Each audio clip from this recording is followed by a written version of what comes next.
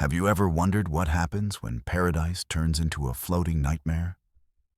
Welcome back to Mr. Nightveil, the darkest corner of the internet.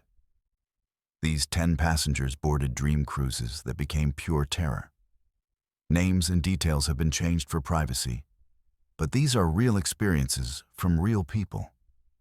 Drop your location and current time in the comments below. And if you've experienced something similar, share your story. Hit subscribe because what you're about to hear will make you think twice before stepping onto any cruise ship. My name is Amir, and I'm about to tell you something that still keeps me awake at night. 3 years later, I'm a medical supply sales representative, which means I've seen my fair share of hospitals, clinics, and storage facilities. I thought I'd seen it all. I was wrong. What I discovered on a luxury cruise ship in the middle of the Mediterranean changed everything I thought I knew about safety at sea. It was June 2022, and I'd finally booked my first cruise. My friends had been telling me for years that I needed to relax, to take a real vacation. I'd always been a workaholic, traveling from hospital to hospital, closing deals, meeting quotas. A 7-day Mediterranean cruise seemed perfect. Greece, Italy, crystal blue waters, ancient ruins. The brochure promised the safest vessel on the seas. A state-of-the-art ship with 15 decks and every amenity imaginable. I was excited, genuinely excited for the first time in years. I'd even splurged on an upgrade. My cabin was on deck 7, midship, which I'd read online was the best location for stability. What I didn't realize at the time was that my cabin was near several crew-only areas. That detail would change my life forever. The first 2 days were everything I'd hoped for. We sailed from Barcelona toward the Greek islands. The food was incredible, the entertainment was top-notch, and for once, I felt like I could actually unwind. But there was one problem I hadn't anticipated. My insomnia followed me onto the ship. I've always been a light sleeper, the kind of person who wakes up at the slightest noise. At home, I could usually read or watch TV until I drifted off again. But in the cabin, even with the ocean's rhythm, sleep eluded me. On the third night, around 2 a.m., I gave up trying to sleep. I remembered seeing a sign for a 24-hour cafe on deck 9. So I threw on some clothes and headed out. The ship was eerily quiet at that hour. Most passengers were asleep, and the usual buzz of activity had faded to near silence. I took the elevator up and started walking toward where I thought the cafe was located. But here's where everything went wrong. I took a left turn when I should have gone right. The corridors all looked similar. Same carpeting, same lighting, same bland artwork on the walls. After a few minutes of walking, I realized I was in a section I hadn't seen before. The decor changed slightly. The carpet was more industrial. The lighting, harsher. I should have turned back. But my curiosity got the better of me. What happens when you stumble into a place you were never meant to see? I noticed an unmarked door ahead, slightly ajar. A sliver of harsh white light cut through the dim hallway. In my job, I'd learned to pay attention to details, to notice when something was out of place.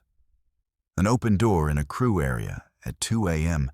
definitely qualified as unusual. I know what you're thinking. I should have walked away. You're absolutely right. But something drew me forward. I pushed the door open slowly. "Hello," I called out softly. No response. I stepped inside. The room was cold. Immediately, noticeably cold. My breath formed small clouds in the air. It looked like a medical storage area. Stainless steel surfaces, bright fluorescent lights, the smell of disinfectant. As a medical supply rep, I'd been in hundreds of rooms like this. But then I saw them. 4 body bags. lined up on gurneys against the far wall. My heart started pounding. I stood frozen in the doorway, trying to process what I was seeing. This was the ship's morgue. I'd heard that cruise ships had them. They have to, given the number of passengers and crew. People die at sea. It's a reality of ocean travel. But 4 bodies? On a single voyage? I stepped closer, my professional curiosity overriding my growing fear. The body bags were the standard type I'd seen in hospitals, heavy-duty vinyl with full-length zippers. 3 of them appeared undisturbed, but the 4th one, the one closest to me, looked different. The zipper wasn't fully closed at the top. Then I heard it, a sound that still haunts me. A muffled noise, something between a moan and a gasp, coming from that 4th bag.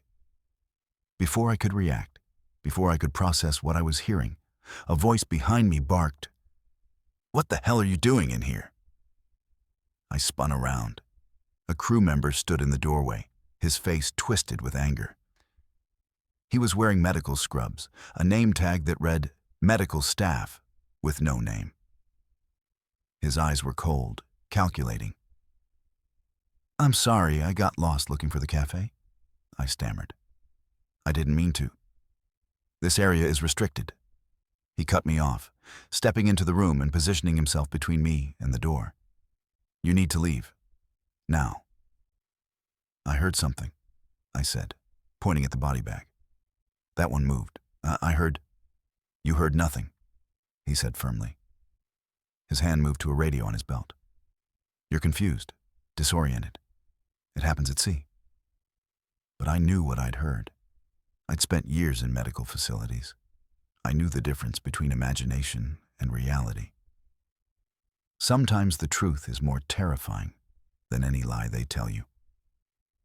Within minutes, 2 security officers arrived. They escorted me back to my cabin, their grips firm on my arms. They didn't hurt me, but the message was clear. I wasn't going anywhere until they decided I could. They asked me questions for what felt like hours. What was I doing in that area? Had I been drinking? Did I use drugs? Was I experiencing any mental health issues? I told them the truth. I couldn't sleep. I got lost. I found an open door. But when I mentioned the body bags and the sound I'd heard, their expressions changed. The friendliness evaporated. One of them leaned forward and said, "Sir, we take passenger safety very seriously. Making false accusations or spreading rumors can cause panic. That's a serious offense." "I'm not making anything up," I insisted. There were 4 body bags in that room. 4. How many deaths have been announced on this cruise? They exchanged glances. One of them checked his tablet. 2 passengers have passed away during this voyage, both elderly individuals who died of natural causes. The captain made announcements both times. "Then why are there 4 bodies?" I asked. "Sir, you don't know what you saw. It was dark. You were confused. Medical storage can contain many things that might look like body bags." But I knew. I absolutely knew. They kept me in my cabin under observation for 6 hours. At one point, they brought the ship's doctor, who asked me the same questions, probing for signs of mental instability. I realized quickly that the more I insisted on what I'd seen, the worse it looked for me. So I started backing down, telling them maybe I was mistaken, maybe the stress of work had caught up with me. Finally, around 8 a.m., they let me leave my cabin. But I was warned, explicitly warned, that if I discussed what I'd seen with other passengers or posted anything on social media, there would be legal consequences. They mentioned lawsuits, defamation, causing public panic. For the next 2 days, I kept my mouth shut. But I couldn't stop thinking about it. I started paying attention to ship announcements, to conversations around me. I casually asked other passengers if they'd heard about anyone dying on board. Everyone mentioned the same 2 elderly passengers. Nothing else. On day 5, we docked in Santorini. I was on deck, watching passengers disembark for excursions, when I saw something that made my blood run cold. A man, maybe in his 50s, was being escorted off the ship by crew members. He wasn't in handcuffs, but he clearly wasn't leaving voluntarily. He was arguing with them, saying something I couldn't quite hear. As he passed near me, I caught a fragment. In the medical bay. Not right. People need to know. Our eyes met for just a second. His expression was desperate, pleading. Then he was gone, led down the gangway and into a waiting vehicle on the dock. I never saw him again.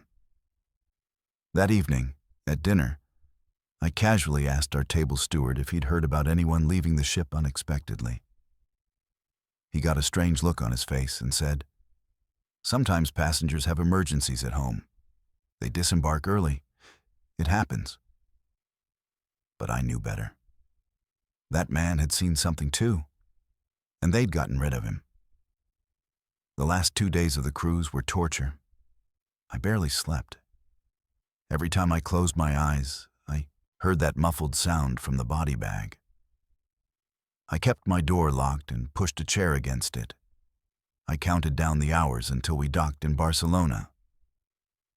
When we finally arrived, I practically ran off that ship. I went straight to the local police, told them everything. They were polite but dismissive.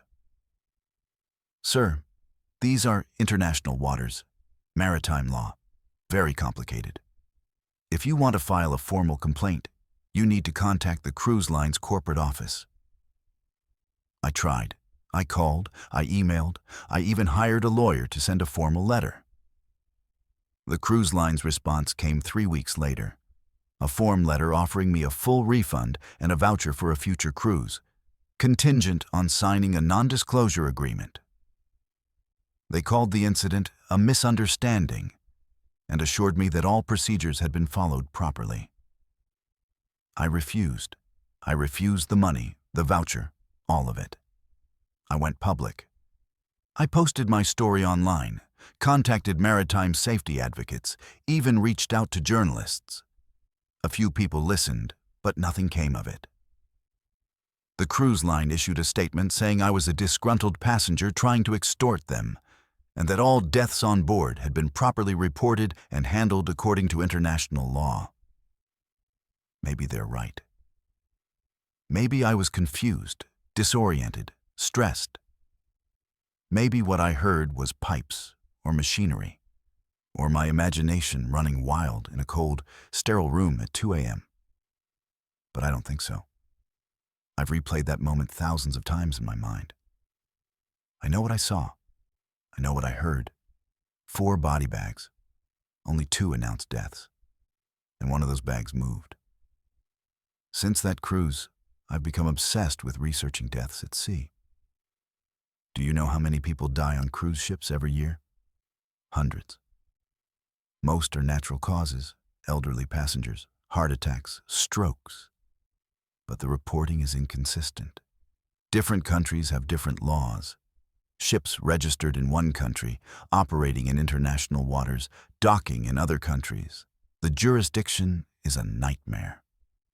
I've also learned about disappearances.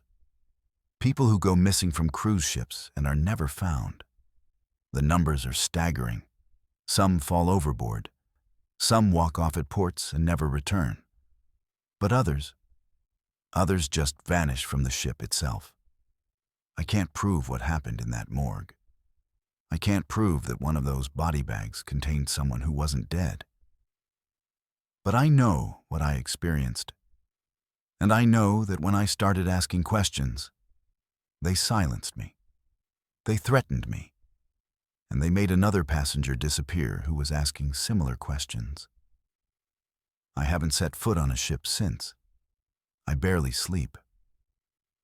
I've developed severe claustrophobia. Even my office feels too small sometimes. I've seen therapists who tell me it's trauma, that my mind is playing tricks on me. Maybe. But the paranoia feels justified. Because here's the thing that really haunts me. If I had pushed harder, if I had insisted on investigating, if I had refused to back down that morning in my cabin, would I have made it off that ship? Or would I have been the fifth body bag? My name is Pearl, and I'm 29 years old. I used to be an elementary school teacher. I used to love my job, love working with kids, love planning lessons and watching young minds grow. But I don't do that anymore. I can't. Because 2 years ago, I took my little sister on a birthday cruise, and she never came home. Maya vanished from a cruise ship in the middle of the Caribbean, and I've spent every day since trying to find out what happened to her. Maya was my best friend. We were always close, even as kids. She was 4 years younger than me, and I'd always been the protective big sister. When our parents divorced, I became even more protective. Maya was only 14 then, struggling with the changes, and I made it my mission to be there for her. We talked every day. We shared everything. She was the kind of person who lit up every room she walked into. Funny, spontaneous, trusting, maybe too trusting. In March 2023, Maya was turning 24. She'd just gotten a promotion at the marketing firm where she worked, and she wanted to celebrate. "Let's do something crazy," she said. "Just us. A girls' trip. No boyfriends, no drama, just sisters." She'd found a deal on a 5-day Caribbean cruise. Puerto Rico, St. Thomas, Grand Turk. Perfect weather, perfect timing. I hesitated at first. I'm a planner, the organized one, and I hadn't taken a vacation in 2 years. But Maya's enthusiasm was infectious. "Come on, Pearl," she pleaded. "When's the last time we did something fun together?" So I said yes. I wish to God I hadn't. The first 3 days were absolutely perfect, better than perfect. The ship was beautiful, one of those newer vessels with water slides and rock-climbing walls and shows every night. Our cabin had a balcony overlooking the ocean. The weather was flawless. Bright sun, calm seas, temperatures in the 80s. Maya and I spent our days by the pool, explored the ports, ate too much food, and laughed until our stomachs hurt. I felt more relaxed than I had in years. We met a group of passengers on day 2. 3 women from Atlanta on a bachelorette trip, and a couple from Toronto celebrating their anniversary. We all clicked immediately, spending our evenings together at the shows and the casino. Maya was in her element, making everyone laugh with her stories, dancing without inhibition. I remember thinking, this is exactly what she needed, what we both needed. On the 4th night, we docked at Grand Turk. We'd spent the day snorkeling, and by dinner time, I was exhausted. The sun and the swimming had drained me completely. Maya, though, was still energized. "Let's go to the deck bar tonight," she said. "They have live music until midnight." I wanted to. I really did. But I could barely keep my eyes open. "You go," I told her. "I need to sleep. Have fun, but be safe, okay?" She rolled her eyes playfully. "Pearl, I'm 24, not 14. I'll be fine. I'll probably be back by 11 anyway." That was the last conversation we ever had. Can you imagine falling asleep safe and waking up in a nightmare? I crashed hard, probably around 9:30 p.m. I vaguely remember Maya getting ready, putting on her favorite turquoise dress, spraying perfume. Then nothing. Deep, dreamless sleep. I woke up at 2:17 a.m. I remember the exact time because I checked my phone, wondering why I'd woken up. The cabin was dark. I rolled over, expecting to see Maya in the other bed. It was empty. The covers were still pulled up, untouched. My first thought was that she was still out, having fun. But something felt wrong. Maya always texted me when she was staying out late, even when I was with her. It was just our habit. I checked my phone, no messages. I texted her, "Hey, you okay? Where are you?" No response. I called. It went straight to voicemail. Now I was worried. I got up, threw on clothes, and went looking. I checked the deck bar first. Closed, chairs stacked, completely empty. I went to the casino, the nightclub, the 24-hour buffet. Nothing. No sign of her. By 3 a.m., I was panicking. I went to the guest services desk. A young crew member, maybe 22, looked at me with barely concealed annoyance. "Ma'am, it's very late. Is there an emergency?" "My sister is missing," I said. "She went out at 10 and never came back to the cabin." He smiled condescendingly. "I'm sure she's fine. She's probably with friends, lost track of time. It happens all the time on cruises. People meet people, you know." "No," I insisted. "Maya would have texted me. Something's wrong." He sighed and picked up a phone. He spoke to someone briefly, then turned back to me. "Security will do a sweep of the public areas.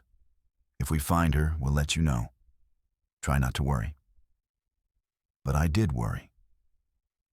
I went back to the cabin, pacing, checking my phone every 30 seconds. At 4 a.m., there was a knock on the door. A security officer stood there, a woman in her 40s with a stern expression. "Ms. Pearl, we haven't located your sister in any of the public spaces. When did you last see her?" I told her everything. The bar, the time, the fact that Maya always stayed in contact. The officer took notes, but seemed unconcerned. "We'll keep looking. Sometimes passengers go to other passengers' cabins. She's an adult, unless there's evidence of foul play." "Check her key card," I interrupted. "You can see when she last used it, right?" The officer hesitated, then nodded. "I'll check and get back to you." Dawn came. The sun rose over the Caribbean, painting the sky in oranges and pinks. I stood on our balcony, watching, praying I'd see Maya walking across the deck, laughing about some crazy adventure. But she never appeared. At 7 a.m., the security officer returned. Her expression had changed.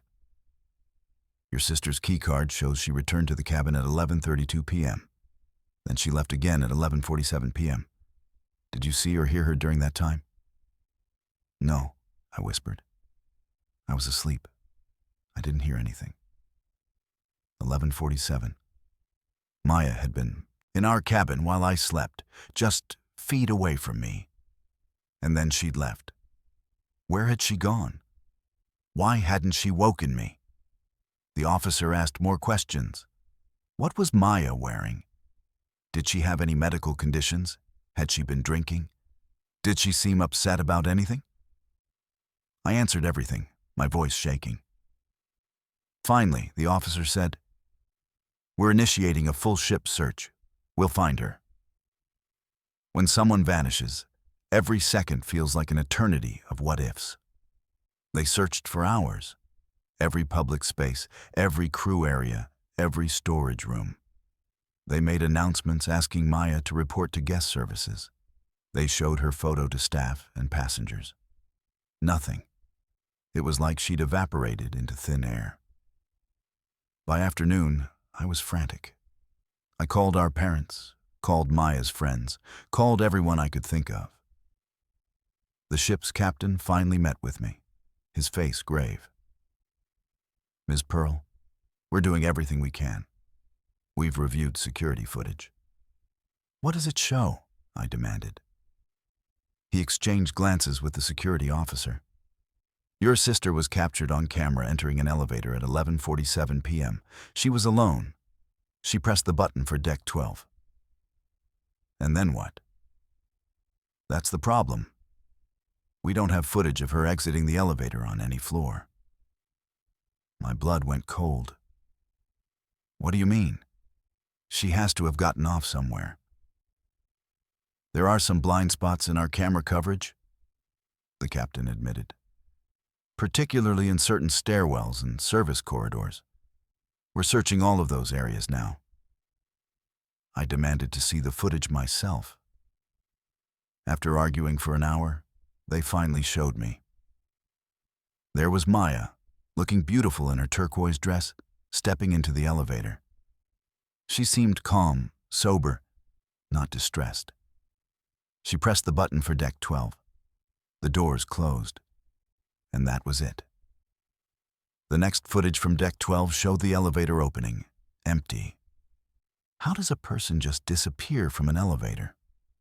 On day 5, the ship was supposed to return to port. Instead, we stayed anchored near Grand Turk while the search continued. Other passengers were getting restless, complaining about the delay. I heard people muttering about me, about how I was ruining their vacation. As if their vacation mattered more than my sister's life. The crew started acting strange. They kept trying to get me to stay in my cabin for my own safety.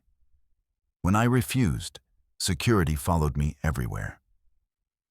I started asking other passengers questions, showing them Maya's photo, asking if anyone had seen her. That's when I met Denise. Denise was a woman in her 60s, traveling alone. She pulled me aside in a quiet corner. "Stop asking questions," she whispered urgently. "You're making them nervous." "Making who nervous?" I asked. "The crew. Listen, this isn't the first time someone's disappeared from this ship. My niece works for a maritime safety organization. I looked up this vessel before I booked. 3 other women have vanished from this exact ship in the past 18 months. All young, all at night, all declared missing at sea." I felt like I'd been punched in the stomach. 3 others. And probably more that weren't reported. These cruise lines, they don't want bad publicity. They make things go away. That's when everything clicked into place. The crew's dismissiveness, their reluctance to help, the strange gaps in security footage. This wasn't incompetence. This was a cover-up. I started demanding answers. I wanted to know why there were camera blind spots, why the crew seemed so practiced at handling a missing person case, why no one seemed surprised. The more I pushed, the more they pushed back. They suggested Maya had jumped overboard, that she'd been depressed, that she'd met someone and disembarked at a port. None of it made sense, but they kept offering these theories, trying to make me accept that Maya was just gone. On day 6, I was searching areas near the crew quarters, places I wasn't supposed to be. I found a stairwell, unmarked, dimly lit, and there, on the 3rd step down, was Maya's phone. The screen was cracked, but it still worked. My hand shook as I turned it on. The last photo in her gallery made my heart stop. It was taken at 11:43 p.m. on the night she disappeared. A selfie attempt, but the angle was wrong. Instead of capturing Maya's face, it had captured something else. The reflection in a mirror behind her. A man, tall, dark hair, wearing what looked like a crew uniform. He was watching her. His expression, I can't describe it. Predatory. Cold. I ran to security with the phone. "Who is this?" I demanded, showing them the photo. "I want to know who this crew member is." They took the phone from me, studied it. Their faces went carefully blank. "We'll look into it," one officer said. "Look into it now," I screamed. "My sister is missing and this man was following her." But they wouldn't tell me anything. They kept the phone as evidence. I never got it back. The ship finally docked. FBI agents boarded. I told them everything. The body, the photo, the disappearances, everything. They interviewed crew members. They reviewed footage. They searched the ship again. And in the end, they found nothing. The crew member from the photo? He'd been transferred to another vessel the morning after Maya disappeared. Before anyone started asking questions, the cruise line claimed it was routine, already scheduled. But the timing was too perfect. Maya was declared missing at sea. The official theory was that she'd fallen overboard sometime between 11:47 p.m. and dawn. An accident, a tragic accident. The cruise line offered me a settlement, 6 figures, in exchange for signing an NDA and not pursuing legal action. I told them to go to hell. Maya is still out there, or her body is, or I don't know. I don't know what happened to my baby sister in those 11 minutes between 11:36 p.m. when she came back to the cabin and 11:47 p.m. when she got in that elevator. I don't know why she left while I slept. I don't know who that man was or what he did to her. What I do know is that 3 other women vanished from that ship, and no one did anything. I know that crew member was transferred before he could be questioned. I know there are blind spots in the security cameras that shouldn't exist.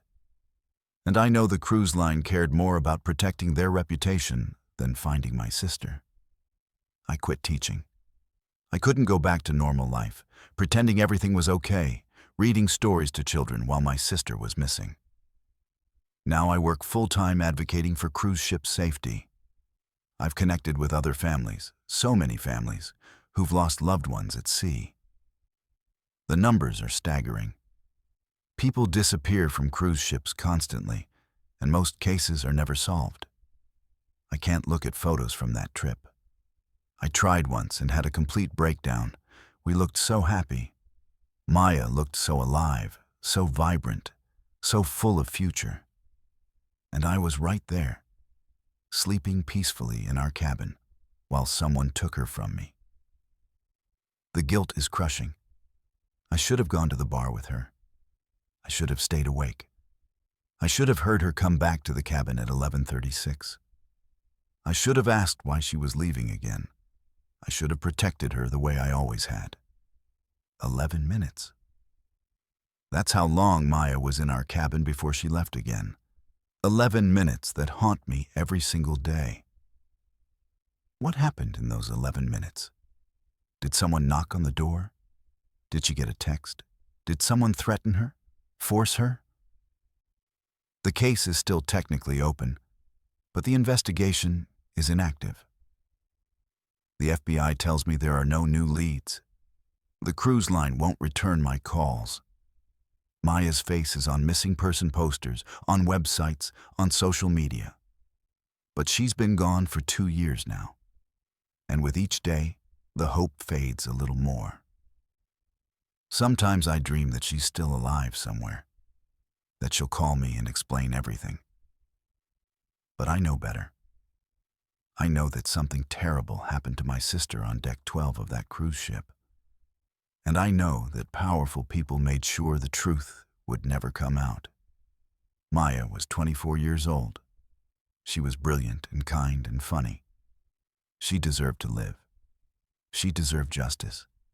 And instead, she's just another statistic, another missing person at sea, another case filed away and forgotten. But I haven't forgotten, and I never will. Every day, I wake up and I keep fighting. For Maya, for the other women who vanished, for all the families who deserve answers. Because somewhere out there, someone knows what happened to my sister, and I won't stop until I find them. My name is Gail, and I spent 27 years in the United States Navy. I've sailed through hurricanes in the Atlantic. I've navigated destroyer-class vessels through 50-foot swells in the Pacific. I've seen storms that would make most people pray to every god they can think of. I thought I'd seen everything the ocean could throw at humanity. I thought I understood the sea's power and fury. But nothing, absolutely nothing, prepared me for the night I watched a modern cruise ship carrying 4,000 souls nearly capsize in waters that should have been safe. It was September 2023. My wife Linda and I were celebrating our 25th anniversary. She'd wanted to do something special, something memorable. "A cruise," she said. "Something romantic and relaxing. You've spent your whole life on Navy ships. Let's see what the luxury side looks like." I was hesitant at first. Old habits die hard, and I'd always viewed civilian cruise ships with a mixture of amusement and skepticism. But Linda had that look in her eyes, the one that told me this mattered to her. So I agreed. We booked a 10-day Pacific Coast cruise, San Diego to Vancouver, with stops in San Francisco, Portland, and Seattle. The ship was massive, one of the newer mega cruise vessels that these companies love to brag about. 18 decks, multiple pools, theaters, restaurants, the whole luxury package. The brochure promised cutting-edge stabilizer technology and called the ship virtually storm-proof. They marketed it as the safest, most technologically advanced cruise vessel ever built. I did my homework before we sailed. I researched the ship's specifications, read about its safety features, looked into the captain's background. Everything checked out. The vessel had state-of-the-art stabilizers designed to counteract even severe rolling. Redundant engine systems, modern weather tracking equipment, a captain with 30 years of experience. On paper, it was as safe as cruise ships get. The first 5 days were absolutely perfect. The weather was flawless. Clear skies, calm seas, temperatures in the low 70s. Linda was thrilled. We watched sunsets from our balcony, attended shows, ate too much food. I found myself actually relaxing, something I'm not particularly good at. Even my Navy-trained instincts stayed quiet. The ship handled beautifully, the crew seemed professional, and the Pacific was living up to its name, peaceful. On the morning of day 6, we were supposed to be sailing north along the Oregon coast. I woke early, around 5 a.m., which is normal for me. Old military habits. I stepped out onto our balcony to watch the sunrise and immediately noticed something. The sky to the northwest looked wrong. Dark clouds were building on the horizon, and the wind had picked up. The sea had changed from calm to choppy, with whitecaps visible even in the dawn light. I went to the ship's weather station display in the main atrium. A tropical depression had formed, unexpectedly off the coast, much further north than normal for this time of year. It wasn't supposed to be severe, according to the display, but my instincts were screaming that something wasn't right. At breakfast, the captain made an announcement over the PA system. His voice was calm, professional, almost bored. "Good morning, passengers. We're encountering a minor weather system ahead. Nothing to be concerned about. But we may experience some motion today. The ship's stabilizers will keep us comfortable. Please secure any loose items in your cabins and avoid the outer decks for the next few hours. Thank you." Minor weather system. I'd heard that phrase before, usually right before things got serious. By noon, the seas were building. Swells were running 8 to 10 feet, which isn't unusual for the Pacific, but the ship was starting to roll noticeably. Most passengers didn't seem concerned. Some were even laughing about it, treating it like a theme park ride. But I was watching the crew, and I didn't like what I was seeing.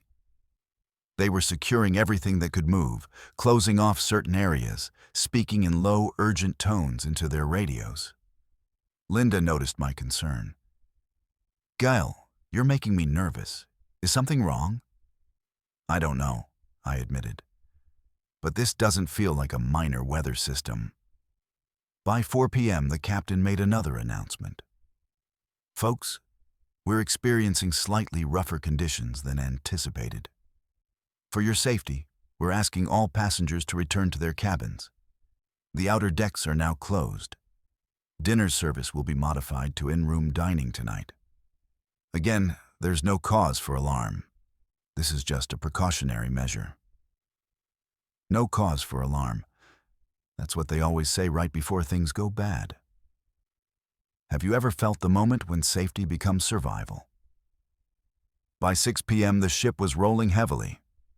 I'd estimate 20 to 25 degrees, which is significant for a vessel this size.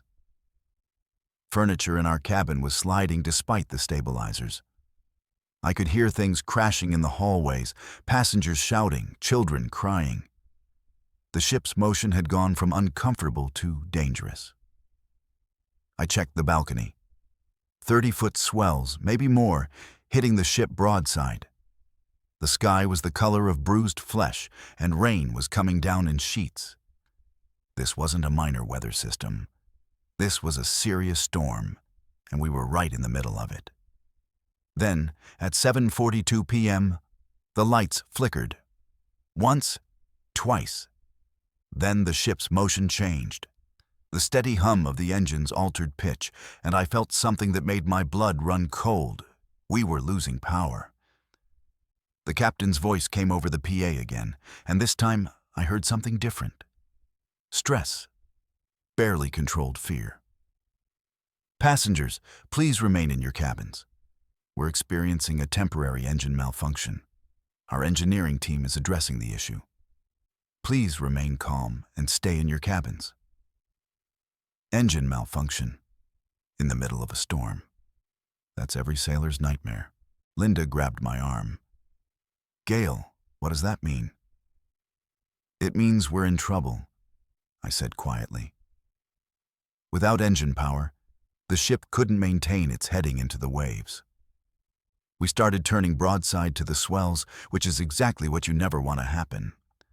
The ship began rolling more severely. I watched the angle increase, 30 degrees, 35 degrees. Pictures fell off the walls. The TV crashed to the floor. Linda screamed as we were both thrown against the cabin wall. Then came the sound I'll never forget. A deep, metallic groaning from somewhere deep in the ship's hull. I'd heard that sound before, on a Navy destroyer that had taken severe wave damage during a typhoon. It's the sound of a ship's structure being stressed beyond its design limits. It's the sound of metal bending in ways it was never meant to bend. We need to get our life vests, I told Linda. Now. But the captain said to stay in the cabins. The captain is trying to prevent a panic. Get the life vests. Trust me. We pulled the life vests from the closet and put them on. Through our balcony door, I could see the ocean rising and falling in massive walls of water. The ship rolled to what I estimated was 40 degrees. At that angle, capsizing becomes a real possibility. Then the evacuation alarms started blaring, loud, insistent, terrifying. But just as suddenly as they started, they stopped. Someone had manually shut them off.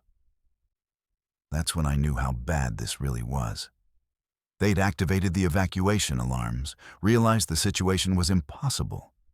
You can't evacuate 4,000 people in a storm like this, and shut them off to prevent a stampede.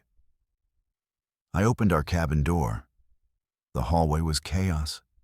Passengers stumbling, falling, some in life vests, some not. Crew members were running past, and I noticed something that made my stomach turn. Several crew members were wearing life vests, even though they were telling passengers to remain calm and stay in their cabins. When the crew starts putting on life vests, you know they think the ship might go down. In the Navy, we learned one truth. The ocean always wins. I grabbed a passing crew member, a young guy, maybe 25. What's the real situation? I demanded. I'm retired Navy. Don't give me the passenger version. He looked at me, eyes wide with fear. Starboard engine is completely offline. Port engine is running at 40%. Stabilizers are malfunctioning. We're taking on water in some lower compartments." He leaned closer. "Sir, the lifeboats on the port side are already underwater when we roll. If we have to evacuate—" He didn't finish the sentence. He didn't have to. If we had to evacuate in these conditions, with half the lifeboats inaccessible, thousands of people would die. I helped Linda into the hallway. "We need to get to a higher deck," I told her. "If this ship goes over, we want to be as high as possible." We made our way to the stairs, helping other passengers along the way. An elderly man had fallen and couldn't get up. A mother was clutching two terrified children. I helped the man to his feet, directed the mother to the nearest muster station, kept moving upward. On deck 10, I found a window that gave me a view of the sea conditions. My heart sank. These weren't 30-foot swells anymore. We were looking at 40-plus-foot waves, maybe larger, and the ship was wallowing in the troughs between them. With only one engine at reduced power, we couldn't maintain proper heading. I watched as a massive wave hit us broadside. The ship rolled so far to starboard that I honestly thought we were going over. I grabbed a railing and held Linda close. Around us, people were screaming, praying, crying. The ship hung at that impossible angle for what felt like an eternity. Probably only 10 or 15 seconds, but it felt like forever. Then, slowly, agonizingly, the ship rolled back. But I knew our luck wouldn't hold much longer. I made my way to one of the crew stations and demanded to speak to someone in authority. A deck officer finally came over, a woman in her 40s who looked like she hadn't slept in days. "Sir, you need to return to your cabin." "I'm a retired Navy commander," I told her. "I've sailed through Category 4 hurricanes. What's the real status of this ship?" She looked at me for a long moment, clearly debating how much to tell me. Finally, she said quietly, "We've lost primary power to the stabilizers. We're running on backup, but it's not enough for these conditions. Engineering is trying to restart the starboard engine, but there's water in the fuel lines. If we can't get that engine running in the next hour, we're going to have to send a distress call." A distress call in these seas. That meant the Coast Guard would try to respond, but in 40-foot swells, there was only so much they could do. "How close are we to the coast?" I asked. "About 70 miles, but we're drifting northwest, away from land." 70 miles might as well have been 700 in these conditions. The next 2 hours were the longest of my life. The ship continued to roll violently. I stayed with Linda on deck 10, away from our cabin, ready to move to the highest point if we got the order to abandon ship. Around us, passengers who'd ignored the cabin orders huddled together, some praying, some crying, some just staring in shock at the chaos. I saw things that night that I'll never forget. I saw a crew member openly weeping as he tried to help passengers. I saw the ship roll so far that seawater came in through lower deck windows. I saw passengers injured, bleeding, terrified. I saw the ocean trying to kill us, wave after wave slamming into the ship with the force of a sledgehammer. At one point, I heard the hull groaning again, louder this time. I knew what that meant. The ship's structure was being pushed to its absolute limits. If just one critical structural element failed, a weld, a joint, a bulkhead, we could start taking on massive amounts of water. And once that process started, nothing could stop it. Then, around 11 p.m., I felt it. The vibration changed. The starboard engine had restarted. Within minutes, the ship's motion began to stabilize. Not much, but enough. We were able to turn back into the waves, taking them head-on instead of broadside. The rolling decreased. We were still in serious danger, but we'd stepped back from the edge of disaster. By 1 a.m., the storm began to subside. The waves were still running 20 feet, but compared to what we'd been through, it felt almost calm. The captain made another announcement, his voice exhausted. "Passengers, the worst has passed. We're proceeding to the nearest port for inspection and repairs. Thank you for your patience and cooperation." Patience and cooperation. Like we'd been stuck in traffic, not facing death. We limped into Portland on a single engine at dawn. The ship was damaged. Water in several lower compartments, structural stress in multiple areas, both stabilizer systems compromised. As we disembarked, I saw Coast Guard and Maritime Administration officials boarding. This was going to be a serious investigation. The cruise line's official statement called it rough weather and an abundance of caution. They claimed only 47 passengers had been seriously injured. I personally saw at least twice that many. They made no mention of the engine failure, the stabilizer malfunction, or how close we'd come to capsizing. I have a friend who's a marine engineer. I sent him all the details I could remember. He ran the numbers and came back with an analysis that chilled me to the bone. "Gale," he said, "based on what you're describing, the ship's dimensions, the wave height, the rolling angles, you came within about 5 degrees of the point of no return. If you'd rolled just a bit further, the ship would have capsized. There's no recovering from that. 5 degrees. That's all that stood between us and disaster. 5 degrees separating life from death for 4,000 people. My wife wants to forget. She won't talk about it, won't watch news coverage, won't even acknowledge how close we came. It's her way of coping, and I respect that. But I can't forget. I can't let it go. Because what happened that night wasn't just bad luck or bad weather.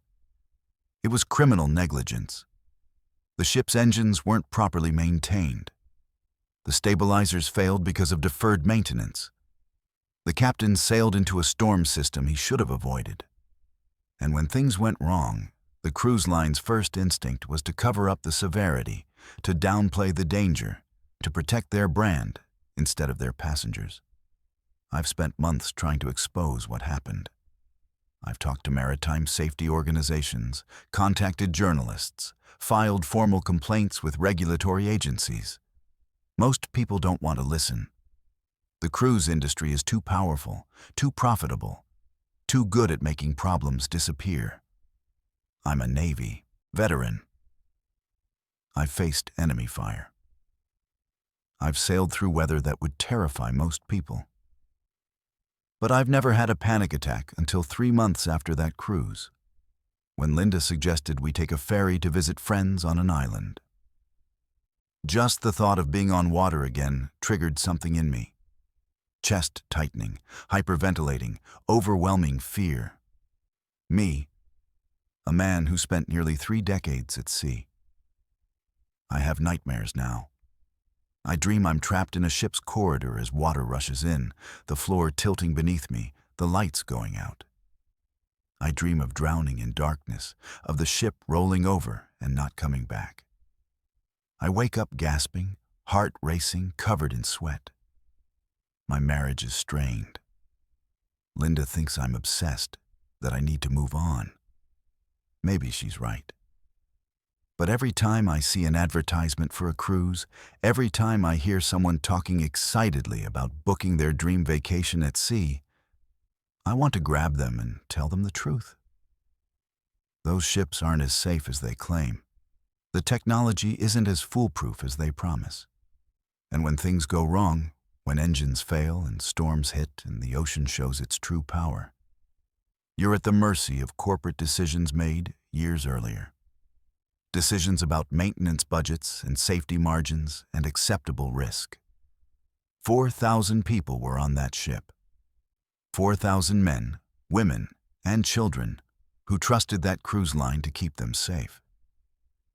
We came within 5 degrees of a maritime disaster that would have been one of the worst in history. and the cruise line called it rough weather. I know the truth. I know how close we came. And I know that somewhere right now, another cruise ship is cutting corners, deferring maintenance, sailing into dangerous weather because altering course costs money. The ocean doesn't care about profit margins or marketing slogans. The ocean doesn't care about cutting-edge technology or corporate reputations. The ocean is powerful and ruthless and patient. And eventually, the ocean always wins. I'll never set foot on a cruise ship again. Not ever. Because I know something that most passengers don't. I know that beneath the buffets and the shows and the tropical drinks, there's only a thin layer of steel between you and an ocean that could kill you in seconds. And I know that the people you're trusting with your life care more about their bottom line than your survival. That's the truth they don't put in the brochures.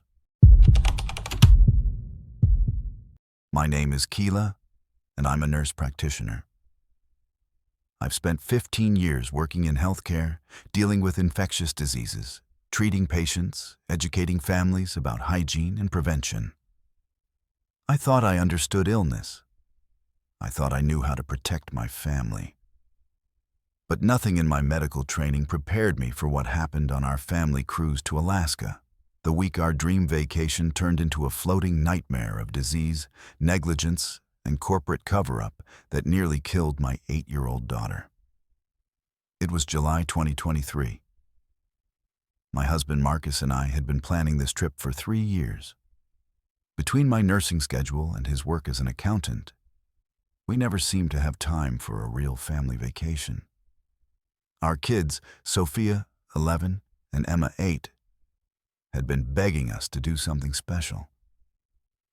When we finally saved enough money and coordinated our schedules, we decided on a 7-day Alaskan cruise. The kids were thrilled about seeing glaciers and whales. Marcus was excited about the photography opportunities, and I was just happy we'd finally have time together as a family. The ship was impressive, modern, clean, with every amenity you could imagine.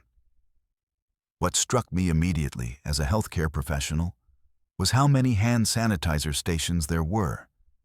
At every entrance to dining areas, outside elevators, in every corridor.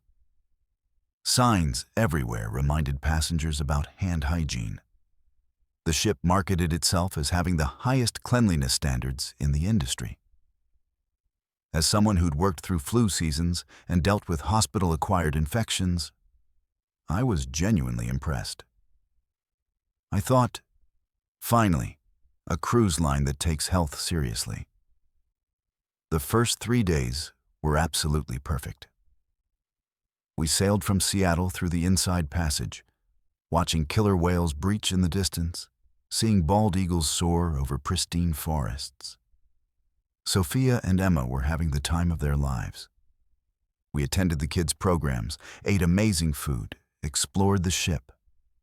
The weather was beautiful, cool and clear, with those impossibly long Alaskan summer days where the sun barely sets. On the evening of day 3, we docked in Juneau.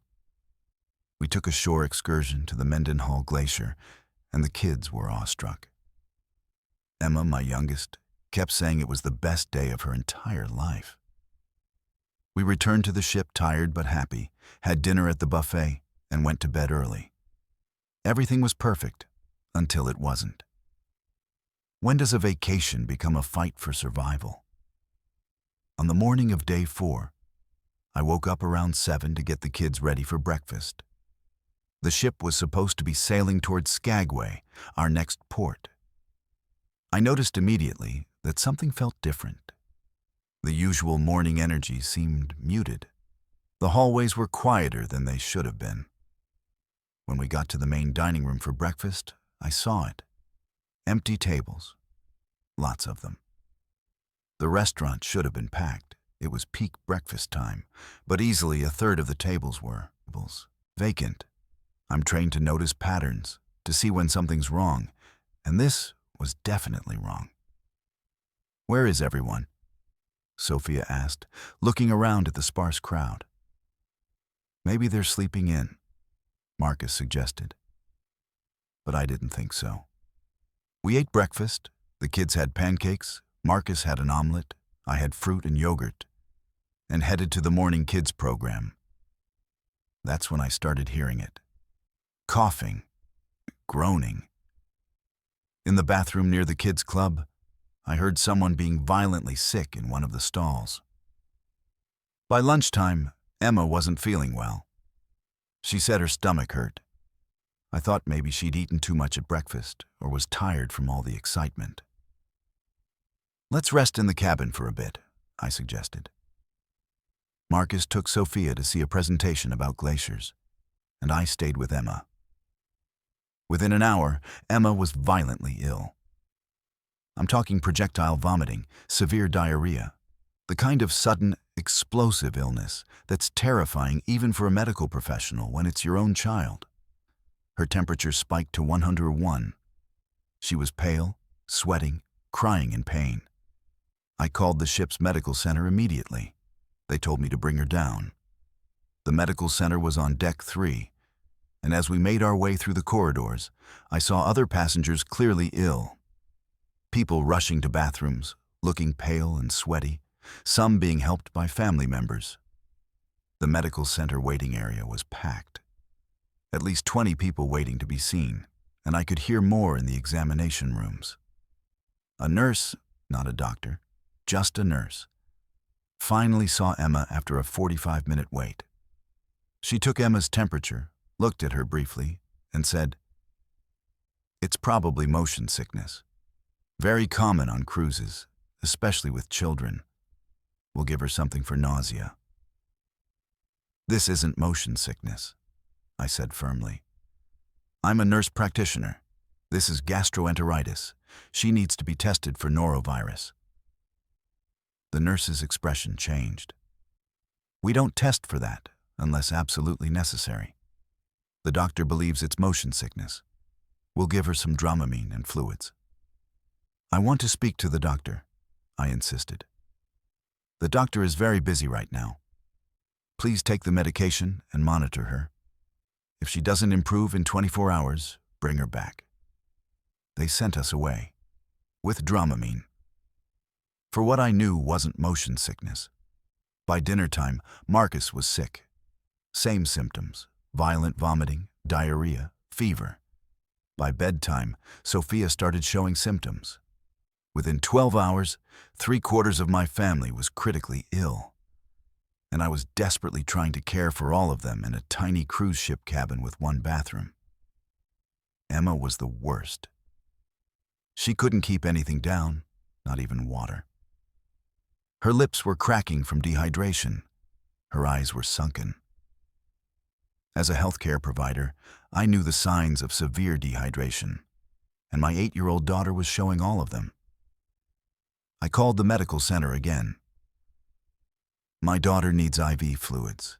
She's severely dehydrated. This is a medical emergency." "Ma'am, we're experiencing very high demand right now. If you feel it's truly an emergency, bring her down." I did. I carried Emma through the corridors at 2 a.m., stepping around vomit that hadn't been cleaned up, passing other passengers who were clearly in distress. The medical center was chaos. People lying on the floor of the waiting area, the smell of illness everywhere, and only 2 medical staff trying to handle dozens of patients. A doctor, exhausted, overwhelmed, finally saw Emma. He started an IV, gave her anti-nausea medication, and admitted what the cruise line was trying to hide. "It's norovirus. We have a massive outbreak. Over 300 cases reported so far, probably many more unreported." 300? I was stunned. "Why hasn't the captain made an announcement? Why aren't you shutting down the buffets?" He looked at me with tired, angry eyes. "Ask management. I've been recommending enhanced protocols for 12 hours. They're worried about passenger experience. How many people have to get sick before someone admits the truth?" I spent the rest of that night in the medical center with Emma while they hydrated her. Marcus and Sophia were back in the cabin, too sick to even move. I watched as more and more passengers came in, all with the same symptoms. Families with small children, elderly couples, young adults. Norovirus doesn't discriminate. By morning of day 5, I'd estimate that over half the passengers were ill. The ship's usual morning energy was gone. The breakfast buffet was nearly empty. The kids' programs were canceled. The smell of disinfectant was everywhere, mixed with the smell of illness. But here's what made me furious. The ship was still operating normally. The buffets were still open. The self-serve ice machines were still running. I watched crew members serving food with their bare hands, not wearing gloves despite the obvious outbreak. As a healthcare professional, I was horrified. I started investigating on my own. I checked the ice machines, dozens of people using them, touching the dispensers with contaminated hands. I watched food service procedures and saw violations of basic food safety protocols. I noticed that the hand sanitizer stations, while numerous, were often empty and not being refilled. Then I discovered something that made my blood boil. Near the crew area on Deck 4, I found a maintenance log that had been left on a cart. It detailed issues with the ship's water filtration system, issues that had been reported before the cruise even started. Problems with the system that supplies water to the ice machines and the buffet areas. They knew. The cruise line knew there were water system problems before we ever boarded, and they sailed anyway. That afternoon, the captain finally made an announcement. Passengers, we're experiencing an increase in gastrointestinal illness on board. We ask that you practice extra hand hygiene and avoid buffet service if you're not feeling well. Our medical team is providing care, and we've enhanced our cleaning protocols. An increase in gastrointestinal illness. That was the understatement of the century. By my count, based on what I was seeing and hearing, at least 600 passengers were ill. On a ship with 2,800 passengers, that's more than 20%. In public health terms, that's a full-scale outbreak requiring immediate intervention. But the ship didn't turn back. We were supposed to dock in Ketchikan the next day, but I overheard crew members saying the port was considering denying us entry. Ports don't want plague ships docking. Bad for tourism, bad for business. Marcus, Sophia, and Emma were all still sick on day 6. Emma was barely responsive, her dehydration so severe despite the IV fluid she'd received. I knew she needed hospital-level care, not the overwhelmed medical center on a cruise ship. I demanded that the ship arrange for her to be evacuated when we reached Ketchikan. They refused. All patients are receiving appropriate care on board. We have no plans for medical evacuations unless absolutely critical. My daughter is critical, I shouted. I'm a licensed nurse practitioner, and I'm telling you she needs hospital care. It took 6 hours of fighting, threatening legal action, and finally contacting the Coast Guard directly before they agreed to have an ambulance waiting when we docked. Ketchikan did allow us to dock, but barely.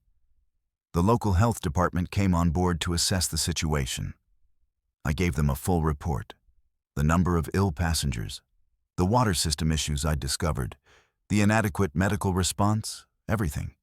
They looked grim, but said they'd follow up. Emma was taken by ambulance to the local hospital, where they confirmed severe dehydration and norovirus infection. 5 other passengers from our ship were in the same emergency room. The doctor treating Emma told me, "This is the 3rd cruise ship outbreak we've seen this summer. These companies keep cutting corners on water system maintenance, and passengers keep paying the price." The cruise ended in Vancouver as scheduled.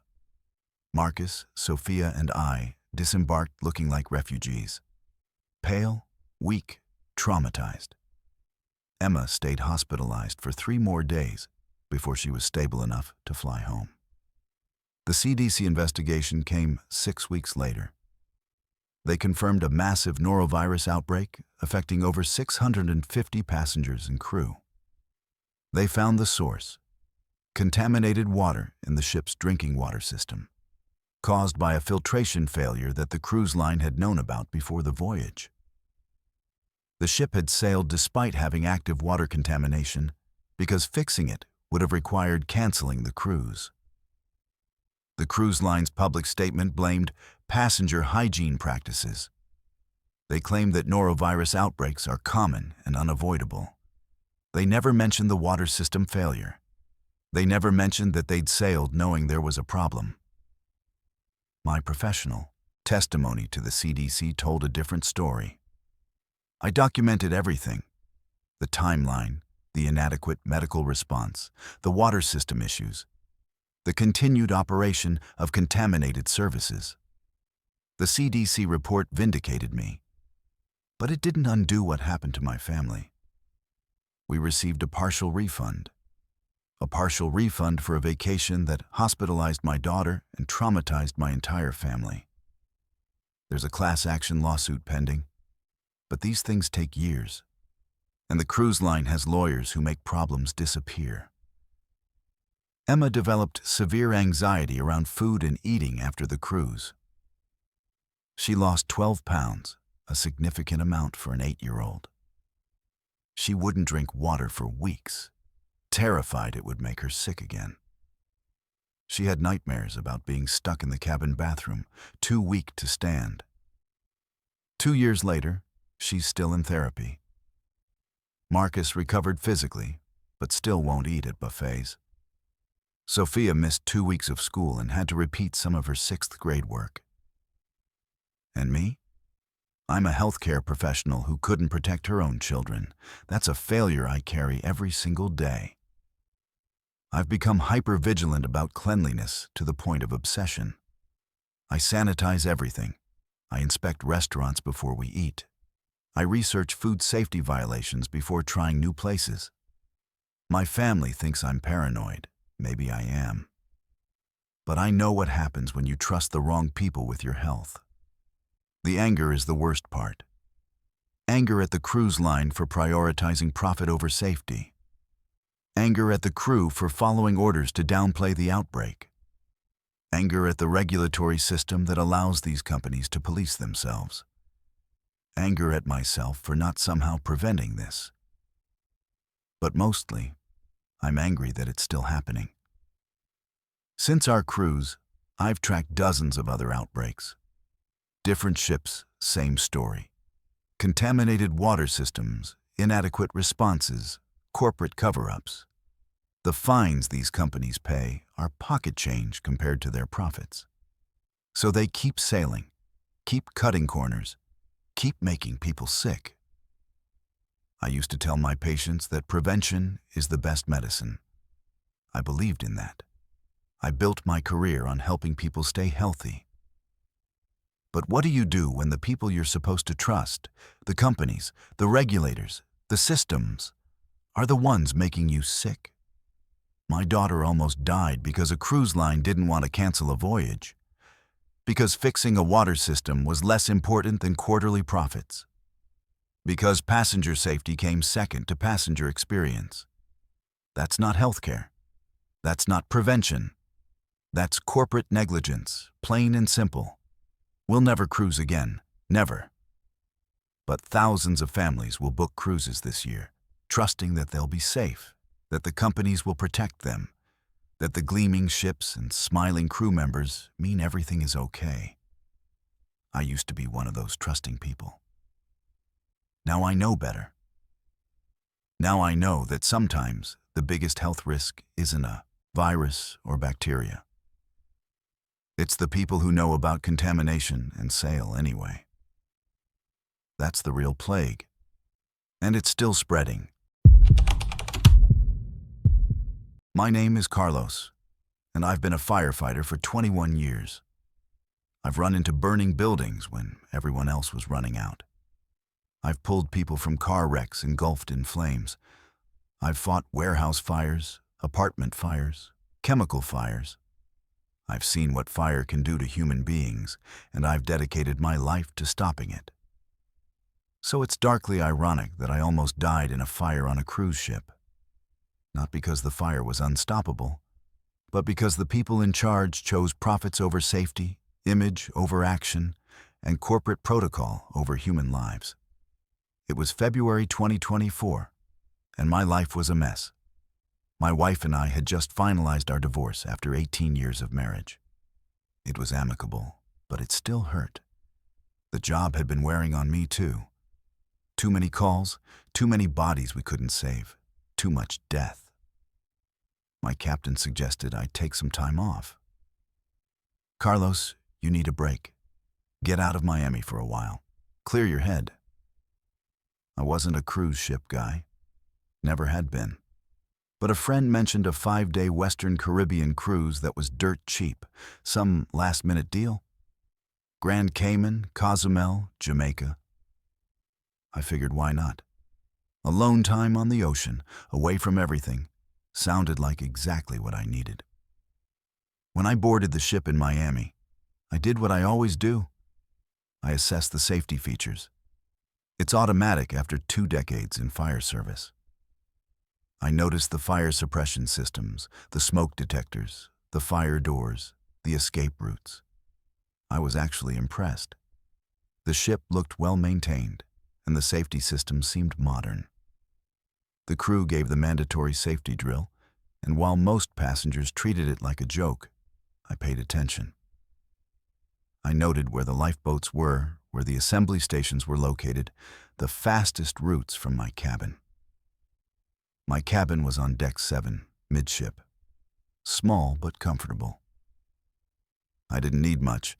I planned to spend most of my time on deck, reading, thinking, watching the ocean. The first 2 days were exactly what I needed. Peaceful. The ship stopped in Grand Cayman, and I went snorkeling. The water was crystal clear, the weather perfect. I felt myself starting to relax for the first time in months. On the evening of day 2, we left Grand Cayman and headed toward Cozumel. I had dinner alone, watched the sunset from the deck, then went back to my cabin around 10 p.m. I was exhausted, the good kind of exhausted, where your body is tired, but your mind is calm. I fell asleep almost immediately. I woke up at 3:07 a.m. I know the exact time because I checked my watch, confused about what had woken me. Then I smelled it. Smoke. Not a lot. Not the thick, choking smoke of a fully involved fire. But enough. That acrid chemical smell that every firefighter knows instantly. Something was burning. I got out of bed and opened my cabin door. The hallway was empty, quiet. But the smoke smell was stronger out here. I looked up at the ceiling and saw the smoke detector. The light that should have been blinking green was dark. The detector was either disabled or malfunctioning. When a firefighter smells smoke, every second becomes a countdown to disaster. My training kicked in immediately.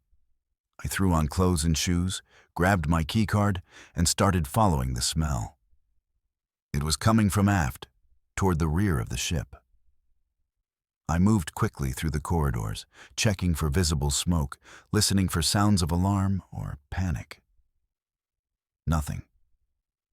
The ship was silent except for the constant hum of the engines. I took the stairs down to deck 5, then deck 4. The smell was getting stronger. I reached a corridor that said, "Crew only," and ignored it. If there was a fire, I didn't care about passenger restrictions. I needed to find the source. Then I saw it. Through a window in a heavy steel door, I could see orange light flickering. Flames. I put my hand near the door. It was hot. Not searing hot, but warm enough to tell me there was significant fire on the other side. This door led to the engine room area. A fire near the engines, near the fuel systems, was catastrophically dangerous. This needed to be addressed immediately. I ran back to the main passenger area and found a wall-mounted emergency phone. I picked it up, pressed the button labeled emergency, and waited. It rang 6 times before someone answered. Emergency services, how can I help you? A woman's voice, calm, almost bored. There's a fire on deck 4 near the engine room, I said urgently. I can see flames. You need to sound the alarm and start evacuation procedures immediately. There was a pause. Sir, are you sure? We haven't received any fire alerts. I'm a firefighter. I know what fire looks like. The smoke detectors in this area aren't working. You have a serious situation developing. Another pause. Sir, please return to your cabin. Our safety team will investigate.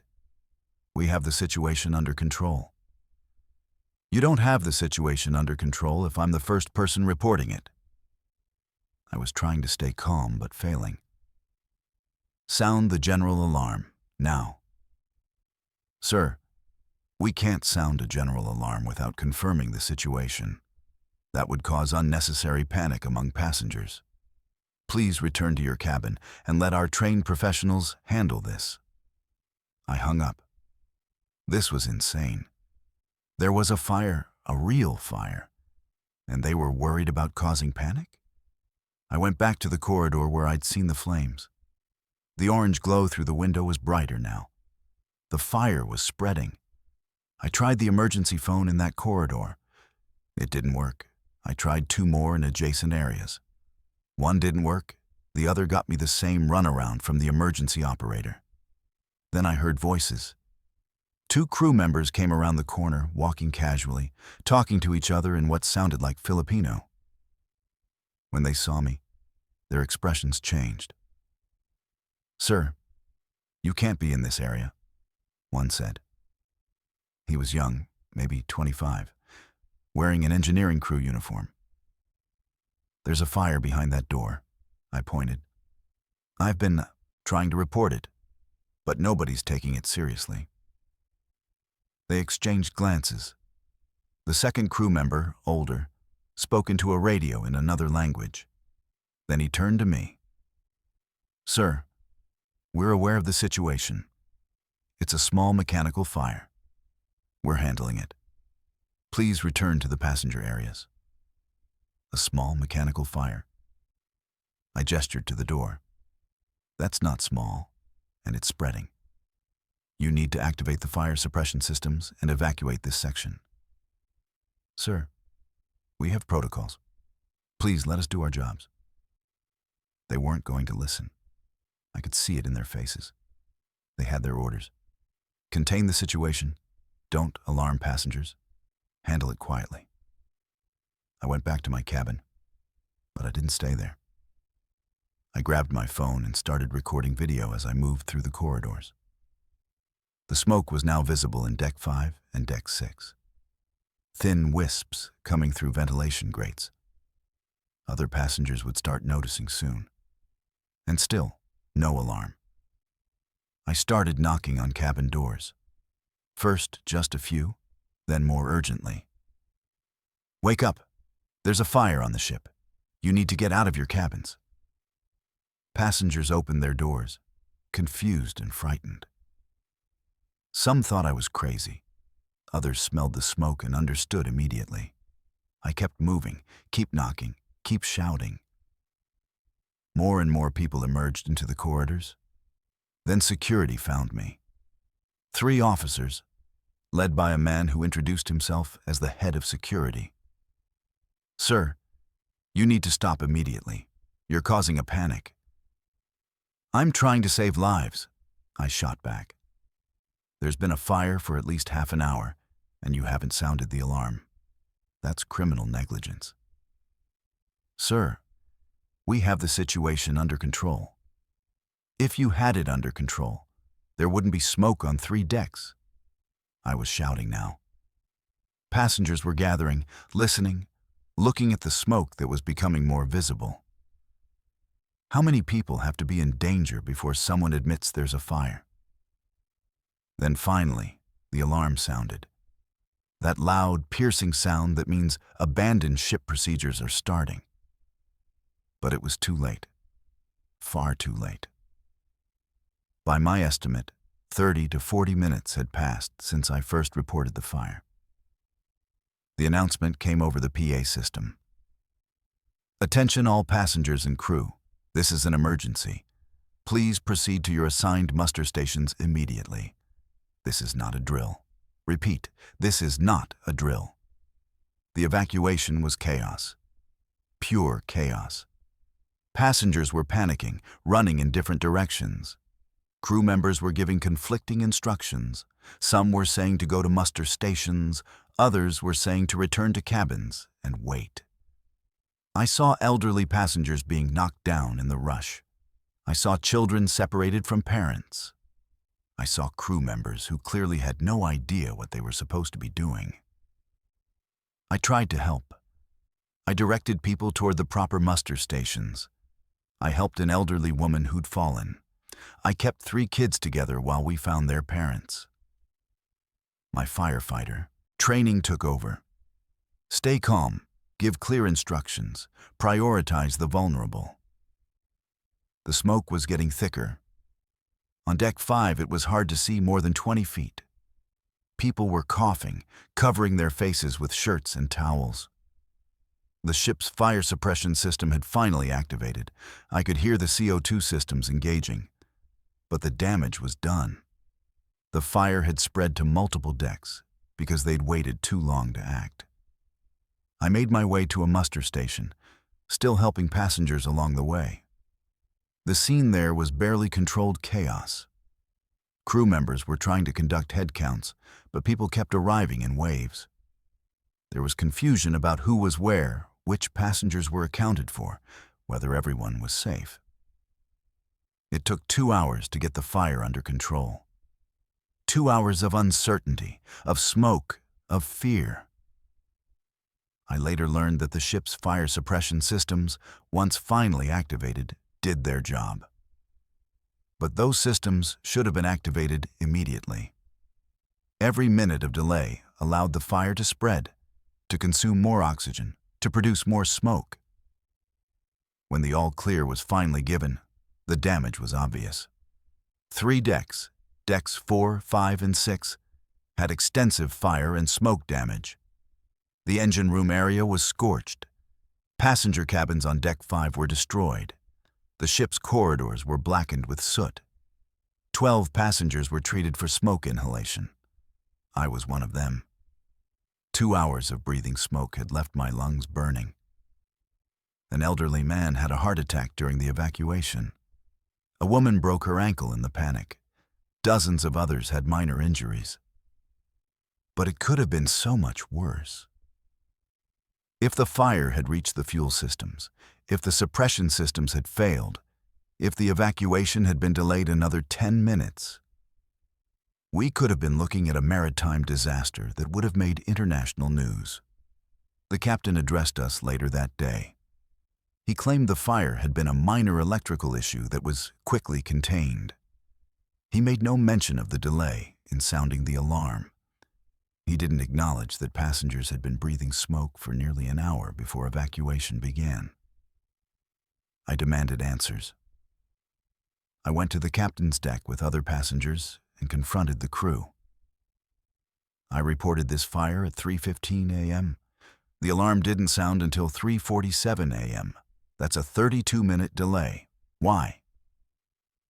The captain's response was practiced, rehearsed.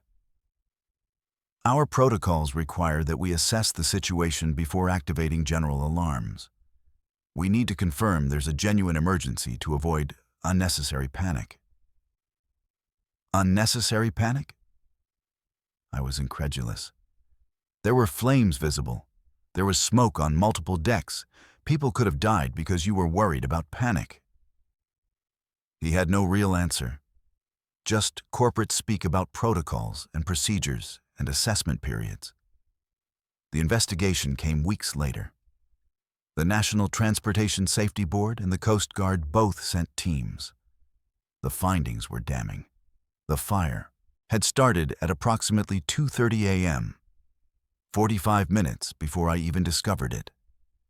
An electrical fault in the engine room had ignited insulation, which spread to adjacent areas. The fire was detected by automated systems, but the crew had decided to attempt to fight it quietly without alerting passengers. By the time I found it at 3:15 a.m., the fire had already been burning for 45 minutes. When I reported it, they dismissed me. They'd continued trying to fight it quietly for another half hour before finally admitting they needed to evacuate. The report concluded that the delay in sounding the alarm had unnecessarily endangered passenger safety, and that crew training on emergency procedures was inadequate. The cruise line was fined. A small fine. Pocket change for a company that makes billions. But here's what really gets me. My professional expertise, my 2 decades of firefighting experience, my accurate assessment of a dangerous situation. All of it was ignored because I was a passenger, not crew. They didn't trust me because trusting me would have meant admitting there was a problem they couldn't quietly solve. I saved lives that night. By waking passengers, by directing evacuations, by ignoring the crew's orders to stay in my cabin. The investigation acknowledged this. Several passengers wrote statements saying I'd helped them, guided them, kept them calm. One woman told investigators that I'd carried her disabled husband down 2 flights of stairs when the elevator stopped working. But I didn't feel like a hero. I felt helpless. Despite all my training, despite all my experience, I couldn't stop the fire. I couldn't force the crew to act faster. I couldn't prevent people from being injured. I still have nightmares. Not about fires in buildings, those don't bother me anymore. But I dream about being trapped on that ship, smelling smoke, trying to get people to listen, being ignored while flames spread. I wake up coughing, feeling like I can't breathe, tasting that chemical smoke. My professional identity took a hit. I'm a firefighter. That's not just what I do. It's who I am. And I was nearly killed by a fire that should have been contained immediately, on a ship that should have had better safety protocols, because the people in charge cared more about their image than about passenger safety. I've become an advocate now. I work with maritime safety organizations, pushing for stricter fire safety regulations on cruise ships. Did you know that cruise ships have less stringent fire safety requirements than hotels? A hotel on land has to meet strict fire codes, regular inspections, mandatory suppression systems. But cruise ships, operating in international waters, can get away with much less. I've testified before regulatory committees. I've shared my story with journalists. I've connected with other passengers from other ships who've experienced similar situations. Fires, floods, mechanical failures that were hidden, downplayed, handled quietly to avoid bad publicity. The cruise industry is massive, profitable, and largely unregulated. Ships are registered in countries with lax safety laws. They operate in international waters where jurisdiction is murky. And when something goes wrong, they have armies of lawyers to minimize liability and control the narrative. That fire burned for at least 2 hours, damaged 3 decks, injured 12 people officially, probably many more unofficially, and came close to becoming a catastrophic disaster. And the cruise line's official statement called it a minor electrical issue. I'll never take a cruise again. Never. And I tell everyone I know, those ships aren't as safe as they claim. The crews aren't as trained as they should be. And when seconds matter, you can't count on them to put your safety first. I'm a firefighter. I've spent 21 years running toward danger to save people. But I learned something on that cruise ship that I'll never forget. Sometimes the most dangerous thing isn't the fire itself.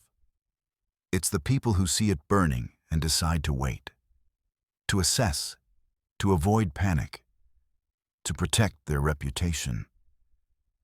while people's lives hang in the balance, and the smoke keeps spreading. My name is Walker.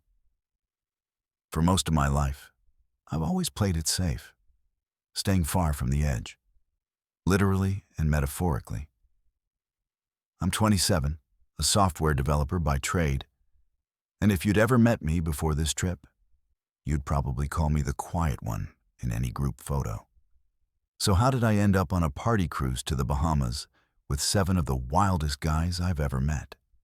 Simple. Jake asked me to be there, and for Jake, I always showed up. Jake has been my best friend since freshman year of college. He's the kind of guy who lights up any room, always in the center of the action. I still remember the day he called to tell me he was finally getting married, his voice full of excitement and nerves. And a week later, my spot was locked into his bachelor party plans. 4 days, open ocean, sun, and music, and the promise of no sleep until we finally sailed back home. From the moment we boarded, it was nonstop energy. The weather was perfect, the drinks endless, the atmosphere buzzing. Our group of 8 took over 2 adjoining cabins, dumping backpacks and coolers and instantly scattering to the pools and decks. I felt out of place, but happy, swept up by the momentum of guys I rarely saw but trusted, especially Jake. Even though I'm not a big partier, I was determined to just relax and go with the flow, or at least try. That first day and night, we did everything you'd expect from a cruise full of guys in celebration mode. Karaoke, casino games, drinks by the hot tubs, and epic cannonball contests in the midnight blue pool. I mostly stood back, the unofficial group photographer, watching Jake revel in every moment. He was like a force of nature, joking with strangers, dancing with everyone, shouting, "Best trip ever," every chance he got. When you trust that nothing bad could possibly happen, that's exactly when the world shifts beneath you. Night 2 was when everything changed. We just left the club after a mashup of terrible dancing and group shots. It was almost midnight, 11:45 p.m. to be exact. The heat had finally died down, replaced by a sudden cool breeze. So Jake suggested we all head up to deck 14 and enjoy the view. The sky was cloudless, stars scattered everywhere. And somewhere out there, the Bahamas were waiting for us at sunrise. A few of the guys peeled off after 20 minutes, but Jake lingered, leaning over the polished steel rail, phone in hand. "You ever seen water this dark?" he yelled, half to the group, half to himself. "Check this out. Gonna get the wildest shot." I walked over, careful as always. "Man, be careful. That railing isn't all that high, you know." Jake just grinned. "Relax, Walk. I do this all the time." He leaned out, stretching his arm for the perfect angle, screen glowing in his face. The next moment happened so fast, I didn't process it at first. The ship swayed, a sudden, hard roll, maybe a rogue swell or just bad timing. And Jake's stance broke. His feet slid, both hands shooting out for the rail. Whoa! I swear I grabbed for him as quickly as I could. It was pure instinct, my arm shooting toward his shoulder just as he tipped. My fingers brushed the sleeve of his shirt, but that half second was all it took for him to slip from my grasp. He disappeared over the rail in total silence, except for the dull clang of his phone hitting metal. One moment he was there, the next just gone. Imagine locking eyes with your best friend for the last time, and knowing you couldn't save him. I think I started screaming his name before the rest of my mind even registered what happened. The group turned in confusion, then horror. I leaned over, seeing only the black ocean below, the ship's side illuminated in moonlight, waves churning far, far down. "Man overboard! Help!" I screamed at the top of my lungs, over and over. My throat felt raw almost immediately, but I didn't stop. Two of the guys started pounding on the emergency station glass. Another sprinted toward the nearest crew member. I remember the confusion, shouts, lights, running feet, radio chatter crackling into life. But no alarm sounded, not at first. We were told later that it took over 3 minutes for the message to work its way to the bridge. In those minutes, I just watched the dark water rushing past, hoping to see his face, anything, a hand, a splash. But there was nothing, just endless black. A crew member finally appeared, frantic, grabbing the nearest emergency phone. Within minutes, the man overboard siren blasted across the decks, its hollow wail cutting through the chaos. But here's what the brochures never tell you. A cruise ship can't just stop on a dime. It took 18 agonizing minutes for the engines to reverse and the massive vessel to pivot around. We passed announcement after announcement, urging passengers to stay away from railings, reporting the disaster, and promising a search would begin. But in those 18 minutes, we'd sailed further than a mile from where Jake fell. The search began soon after. Floodlights swept the waves, crew members shouted instructions, and rescue boats were launched into the churning ocean. We stood at the rail, calling Jake's name until our throats were raw, listening for any response, straining to hear his voice above the motor noise in whitecaps. The nighttime search felt endless. 6 hours, dozens of crew patrolling the decks, Coast Guard vessels called in from the nearest port, messages broadcast to all nearby ships. At one point, I thought I saw a shape in the water just off the port side. But when the spotlights turned, there was nothing. A trick of the dark, or maybe just what I wanted to see so I didn't have to accept what I already knew. At dawn, the captain gathered our group together. His tone was gentle but firm, practiced from years of experience and more tragedy than he let on. We've done everything we can. The Coast Guard will continue searching. You all did the right thing reporting immediately. I'm so sorry for your loss. The next hours blurred together. A parade of questions, official statements, endless apologies. I gave my account while shaking uncontrollably. The officer asked how much we'd had to drink. Not much, really. If anyone had dared Jake to climb the rail, absolutely not. Asked over and over about those first terrible minutes. I was honest. He leaned out for a photo. I tried to grab him, but I was too slow. I was right there. Afterward, I found Jake's phone on the deck, its screen shattered. The final image just a streak of stars above cold black water. What do you do when you lose your friend in front of you and can't blame anyone but fate? And yourself? Back in our cabins, the group fell apart. Some guys cried openly. Others stared at the wall, silent, unable to process it. I replayed that moment again and again. The wave rolling, Jake's arms reaching out, my hand closing around empty air. I couldn't make sense of it. How could he be gone so fast? Why didn't I react quicker? Did I freeze? Why him? The ship sailed on. The cruise line's representative met with us in a quiet office, offering grief counseling, future cruise credits, all the things a legal department tells them to do. But nothing touched the hollow pit in my chest. Jake was gone. Nothing would bring him back. His fiancée, Mia, flew to meet us when we docked. She cried on my shoulder and told me she didn't blame me. Not for a second. He was always chasing adventure, she whispered. You were always his lifeline. Her kindness just made the ache worse. I tried to get answers.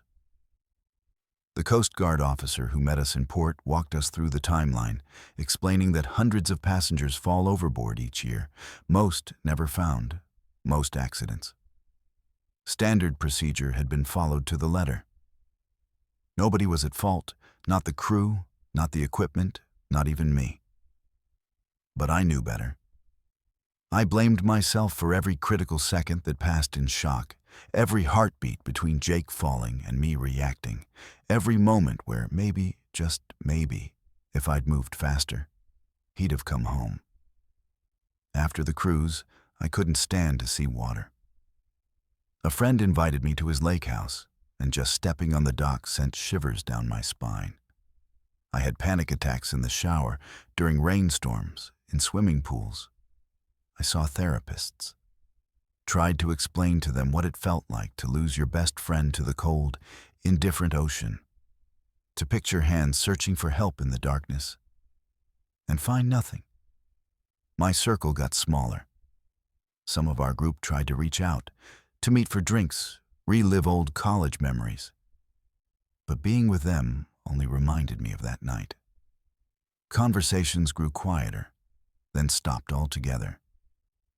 The easy friendships we all once shared died the night Jake disappeared. You never come back the same after watching the sea swallow someone you love. Jake's parents held a memorial weeks later. I was invited, and though I considered skipping, I forced myself to go for Mia and for him. Standing on the beach, watching the waves roll in, felt like being trapped in that moment forever. The pastor spoke about letting go, about fate, about accepting what we cannot change. None of it brought comfort. Now, 2 years later, I still replay the last seconds. The way Jake smiled, the way he leaned out, the snap of bad luck as the ship rolled beneath him. The look on his face when he realized what was happening. The echo of my own scream as I failed to reach him in time.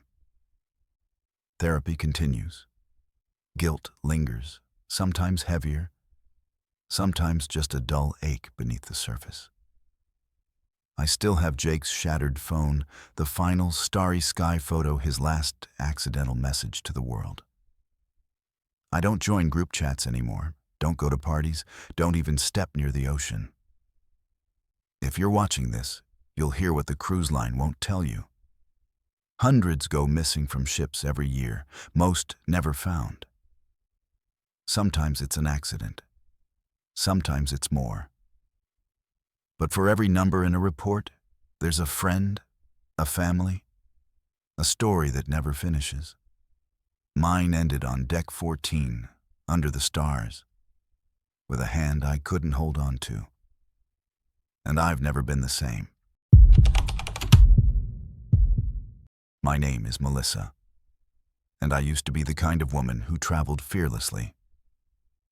At 31, I'd backpacked through Southeast Asia alone, hiked remote trails in South America, navigated foreign cities where I didn't speak the language. I was a marketing executive who'd built a career on confidence and independence. I trusted my instincts, trusted that most people were good, trusted that the world was safe if you were smart about it. That trust died on a European river cruise, in a locked cabin, at the hands of a man who had a key to my door and knew I had nowhere to run. It was April 2024, and I'd just closed the biggest deal of my career. My boss gave me 2 weeks off as a reward, and I decided to treat myself to something special, a 9-day river cruise through Europe. Rhine River, starting in Amsterdam and ending in Basel, with stops in Germany, France, and Switzerland. It wasn't my usual backpacker style, but I was ready for something different, something luxurious, something safe. The ship was beautiful, small, only 180 passengers, which created an intimate, almost boutique hotel atmosphere. Everyone knew everyone within the first 2 days. The crew was attentive and professional, addressing passengers by name, remembering our preferences. It felt personal in the best way possible. My cabin was on the main deck, a small but elegant space with a window overlooking the river. Nothing fancy, but perfect for a solo traveler. On the first day, I met my room steward, a man in his early 30s who introduced himself with a friendly smile. He'd be taking care of my cabin throughout the cruise, he explained. And if I needed anything, I should just ask. The first few days were magical. We sailed through Dutch countryside, past windmills and tulip fields. I made friends with other passengers, a retired couple from Australia, two sisters from Canada celebrating a milestone birthday, a solo male traveler from London who worked in finance. The food was incredible, the excursions perfectly organized, the scenery breathtaking. I felt so proud of myself for taking this trip, for choosing to travel solo, for being independent and confident. On day 4, we docked in Cologne. I spent the day exploring the cathedral and walking through the old town. When I returned to my cabin in the late afternoon, my steward was there, turning down the bed and refreshing towels. Normal routine. But something felt different. He lingered, asking questions that felt too personal. "You're traveling alone? No husband? No boyfriend?" I gave him a polite but firm smile. "Just me. I prefer traveling solo." "That's very brave. A beautiful woman like you, alone. You must be careful." The way he said beautiful made my skin crawl. But I told myself I was overreacting. He was just being friendly. Cultural differences, maybe. The next day, day 5, he appeared in my cabin 3 times. Once in the morning, once in the afternoon, once in the evening. Each time with some excuse. Checking the minibar inventory, replacing towels that didn't need replacing, asking if I needed extra pillows. Each time, he stayed a little longer, asked more personal questions. "Where do you go at night? I see you dining alone. You should have company. Do you go to the bar after dinner? Maybe I see you there sometime when I'm off duty. You have a boyfriend back home? Someone waiting for you?" I maintained my boundaries, keeping responses short and professional. But I started to feel uncomfortable. After the 3rd visit that day, I went to the front desk and politely asked if I could request that my steward limit cabin visits to once per day, in the morning only. The woman at the desk smiled apologetically. "Of course. I'll make a note. He's probably just trying to provide excellent service. But I understand your preference." That night, I went to dinner, attended a classical music performance in the lounge, then returned to my cabin around 11 p.m. I locked the door, both the handle lock and the chain lock, and went to bed, feeling secure. How safe can you be when someone else holds the key to your only escape? I woke up to the sound of my cabin door opening. The digital clock read 1:17 a.m. I sat up in the darkness, confused and disoriented. The door chain hadn't been engaged. I distinctly remembered putting it on, but somehow it was undone. A figure stepped inside, silhouetted against the hallway light. It was him, my steward, standing in my cabin in the middle of the night. "What are you doing?" My voice came out higher than I intended, fear edging into each word. He closed the door behind him. "I'm sorry to disturb you. I need to check the minibar inventory. We have inspections tomorrow." "At 1 in the morning?" I pulled the blanket up to my chin. "Get out, now." "This will only take a moment." He moved toward the minibar, which was near the foot of my bed. But his eyes weren't on the minibar. They were on me. I said, "Get out. Leave now, or I'm calling security." I reached for my phone on the nightstand. He moved faster than I expected, stepping forward and putting his hand on my wrist. Not grabbing hard, but holding it firmly enough to stop me from picking up the phone. "Please don't make trouble," he said softly. "I just want to talk to you. You're always alone. I can keep you company." My heart was pounding so hard, I could hear it in my ears. Every instinct screamed danger. "Let go of me. Get out of my cabin right now. You've been so friendly. I thought maybe you wanted company. A beautiful woman, traveling alone, being so nice to me. That's when I realized he'd completely misread every polite interaction, every professional smile. In his mind, I'd been inviting him, encouraging him. I was being polite, that's all. Now get out before I scream. His expression changed. The friendly mask dropped, replaced by something harder, uglier. You'll just make things difficult for yourself. Nobody will believe you. I'm crew. You're just a passenger. That's when I understood how much danger I was in. He had a master key card. He could access my cabin any time. And he believed he had power over me.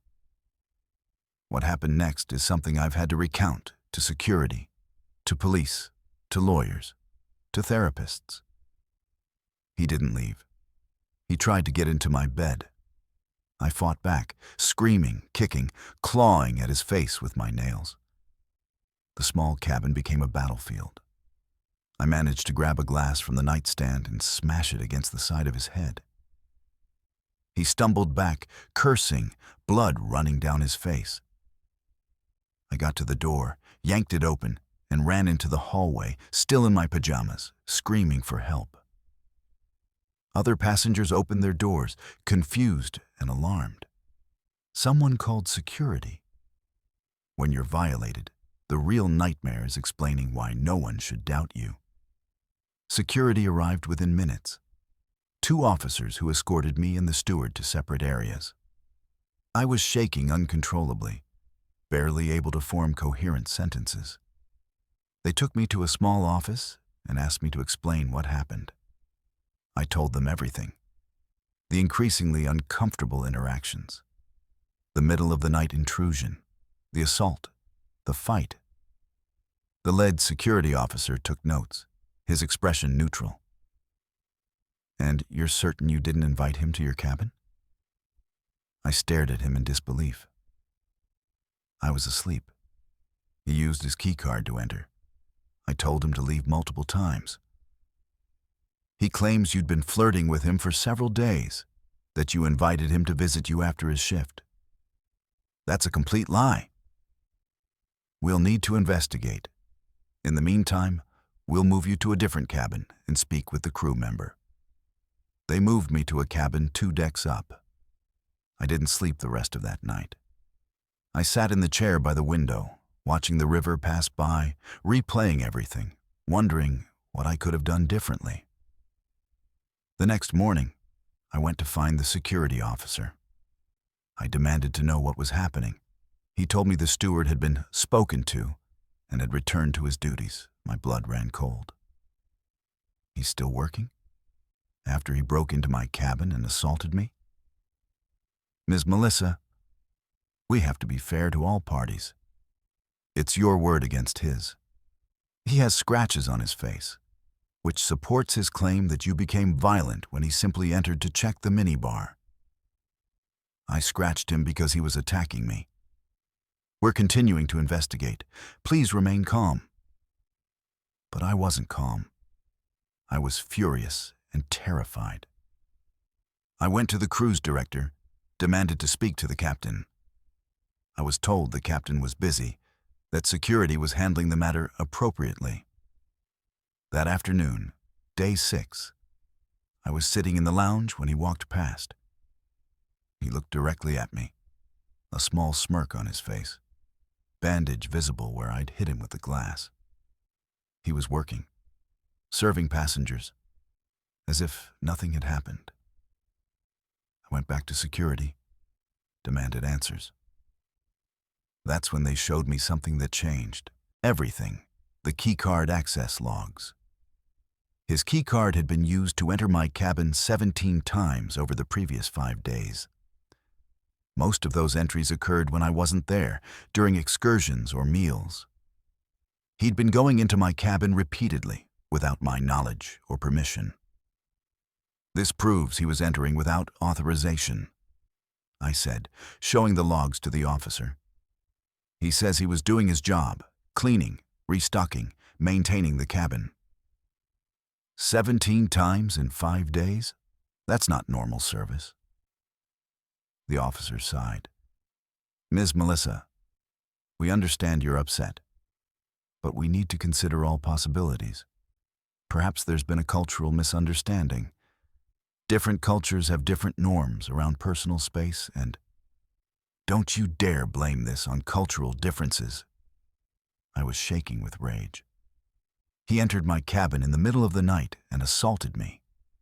That's not a cultural misunderstanding. That's a crime. For the next 3 days, days 7, 8, and 9, I was essentially confined to my cabin for my safety. They suggested I skip meals in the dining room, avoid public areas, stay in my cabin as much as possible. Meanwhile, he continued working, continued serving passengers, continued having access to dozens of other cabins. I saw him twice more during those final days. Once in a corridor, he stared at me as I passed, that same smirk on his face. Once from my cabin window, he was on the deck below, talking to another female passenger, the same friendly smile he'd used on me. When we docked in Basel on day 9, I was met by a cruise line representative. They offered me a settlement, a full refund, compensation for emotional distress, and a voucher for a future cruise. In exchange, I would sign a non-disclosure agreement and agree not to pursue legal action or make public statements about the incident. I refused. I refused their money, their silence, their attempt to make this go away. I went public. I posted my story on social media, contacted travel safety organizations, reached out to journalists. The cruise line issued a statement calling my allegations unsubstantiated and claiming they take passenger safety seriously. But here's what I discovered through my public advocacy. 7 other women had filed complaints about crew members on this cruise line over the previous 2 years. 7 women who'd experienced similar situations: unwanted attention, inappropriate entries into cabins, assaults. Some had accepted settlements and stayed silent. Others, like me, had spoken out and been labeled as troublemakers. The steward who assaulted me was suspended with pay during an investigation. He was never arrested, never charged. 6 months later, I learned through a contact that he'd been quietly transferred to another ship, another river, another group of unsuspecting passengers. I can't sleep with doors unlocked anymore. I check and double-check every lock, every chain, every window. I've installed extra security devices in my apartment. Cameras, additional locks, a security system. My friends think I'm paranoid. Maybe I am. I was violated twice. Once by him, once by the system that protected him instead of me. The physical assault lasted minutes. The institutional betrayal continues to this day. I'm hypervigilant now, especially when traveling. I research hotels obsessively, read every review, contact management to ask about their security protocols. I avoid cruises entirely. I don't trust easily anymore. That confident, independent woman who traveled fearlessly? She's gone. He took her from me just as surely as he took my sense of safety.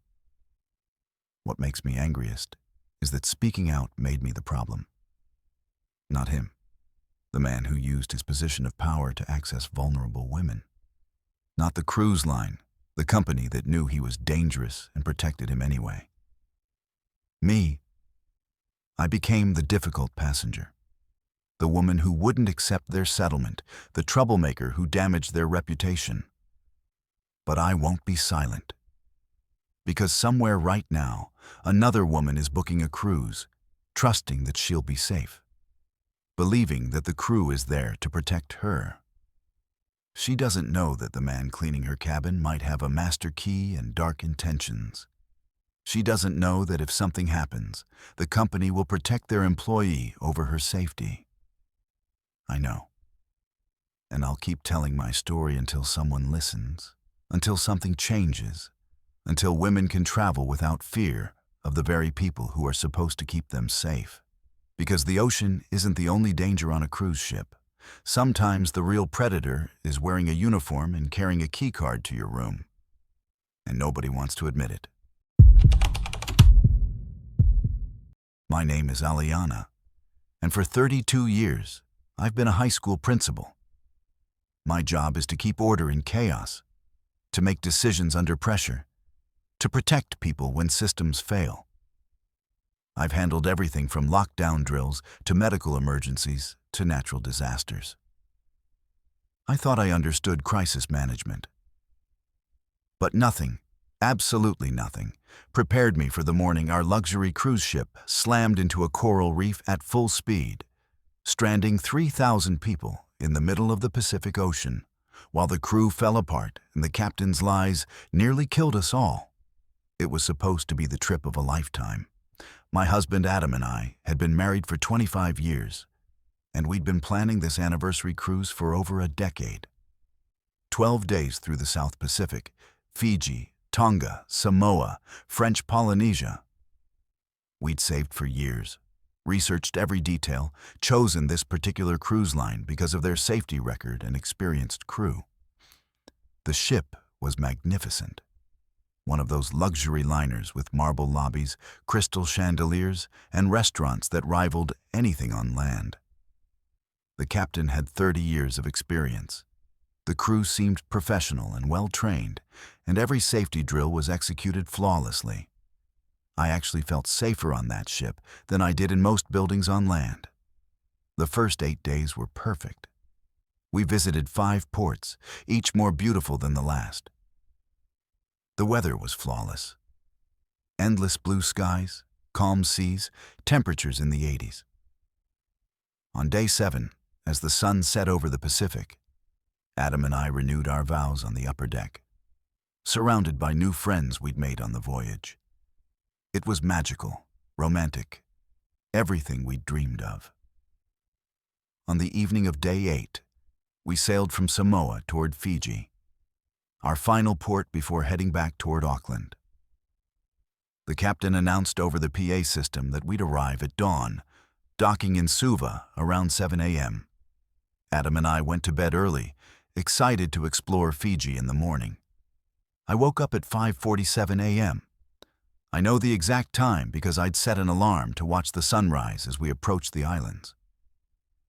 I was lying in bed, listening to the familiar hum of the ship's engines, when everything changed. The sound came first, a massive grinding roar that seemed to come from everywhere at once. The entire ship shuddered violently, throwing me out of bed. I hit the floor hard, my shoulders slamming into the nightstand. Adam was thrown against the wall. The lights flickered. The grinding sound continued, metal screaming against something immovable. And then a tremendous crash that felt like the world was ending. The ship lurched to one side. Everything that wasn't bolted down, luggage, chairs, lamps, glasses, crashed across the cabin. I heard screaming from the corridors, alarms blaring, and that terrible grinding sound that went on and on and on. Then, suddenly, silence. The engine stopped. The ship stopped. Everything stopped except the screaming. When a moving ship suddenly stops, you know, something has gone catastrophically wrong. Adam helped me to my feet. We were both bleeding, minor cuts from being thrown around, but alive. The cabin was tilted at an angle, maybe 10 or 15 degrees. Our balcony door had shattered, and I could smell salt water and something else, something organic and ancient. What happened? Adam's voice was shaking. I don't know, but we need to get out of this cabin now. We threw on clothes and shoes, grabbed our passports and phones, and opened the cabin door. The corridor was chaos. Passengers in pajamas, some bleeding, some crying, all confused and terrified. The floor was tilted, making it difficult to walk. Water was dripping from somewhere above us. An announcement crackled over the PA system. The captain's voice, trying to sound calm but failing. "Ladies and gentlemen, we've experienced a minor navigational issue. Please remain calm and return to your cabins. The situation is under control." A minor navigational issue. I've been in education long enough to recognize a lie designed to prevent panic. Whatever had just happened was not minor. I made my way to the nearest stairwell, Adam following close behind. Other passengers were doing the same, ignoring the captain's instructions to return to cabins. We needed to get to the upper decks, away from the waterline. On deck 10, I finally saw what had happened. Through the massive windows overlooking the ocean, I could see it. We were sitting on top of a coral reef. The crystal blue water surrounding us was shallow, maybe 20 feet deep, and we were grounded on a massive reef formation that extended in all directions. The ship's bow was tilted upward, the stern sitting lower in the water. We'd run aground, at full speed, in the middle of a protected coral reef. Around me, passengers were panicking. A woman was hyperventilating. An elderly man had collapsed. Children were crying. And the crew, the professional, well-trained crew I'd been so impressed with, seemed just as lost as the passengers. My principal instincts kicked in. In a crisis, someone needs to take charge. And if the designated leaders aren't doing it, you step up. "Everyone, listen to me," I said loudly, moving to the center of the deck. "I need everyone to stay calm. Find a seat and sit down. If you're injured, raise your hand so we can help you." People responded. In chaos, people want someone to tell them what to do. Within minutes, I had passengers sitting, injured people identified, and several volunteers helping to assess the situation. A crew member, a young woman in her 20s, approached me. "Ma'am, you need to return to your cabin." "I'm a high school principal," I told her. "I've managed evacuations before. Your passengers need leadership right now, and I'm providing it. What's the actual situation?" She hesitated, then said quietly, "We hit a reef. The ship is stuck. They're assessing damage, but we're taking on water in the lower decks." Taking on water? That meant we were breaching. That meant this wasn't a minor issue that could be resolved quickly. Leadership means staying calm when everyone around you is falling apart. Over the next hour, the situation became clearer. And worse.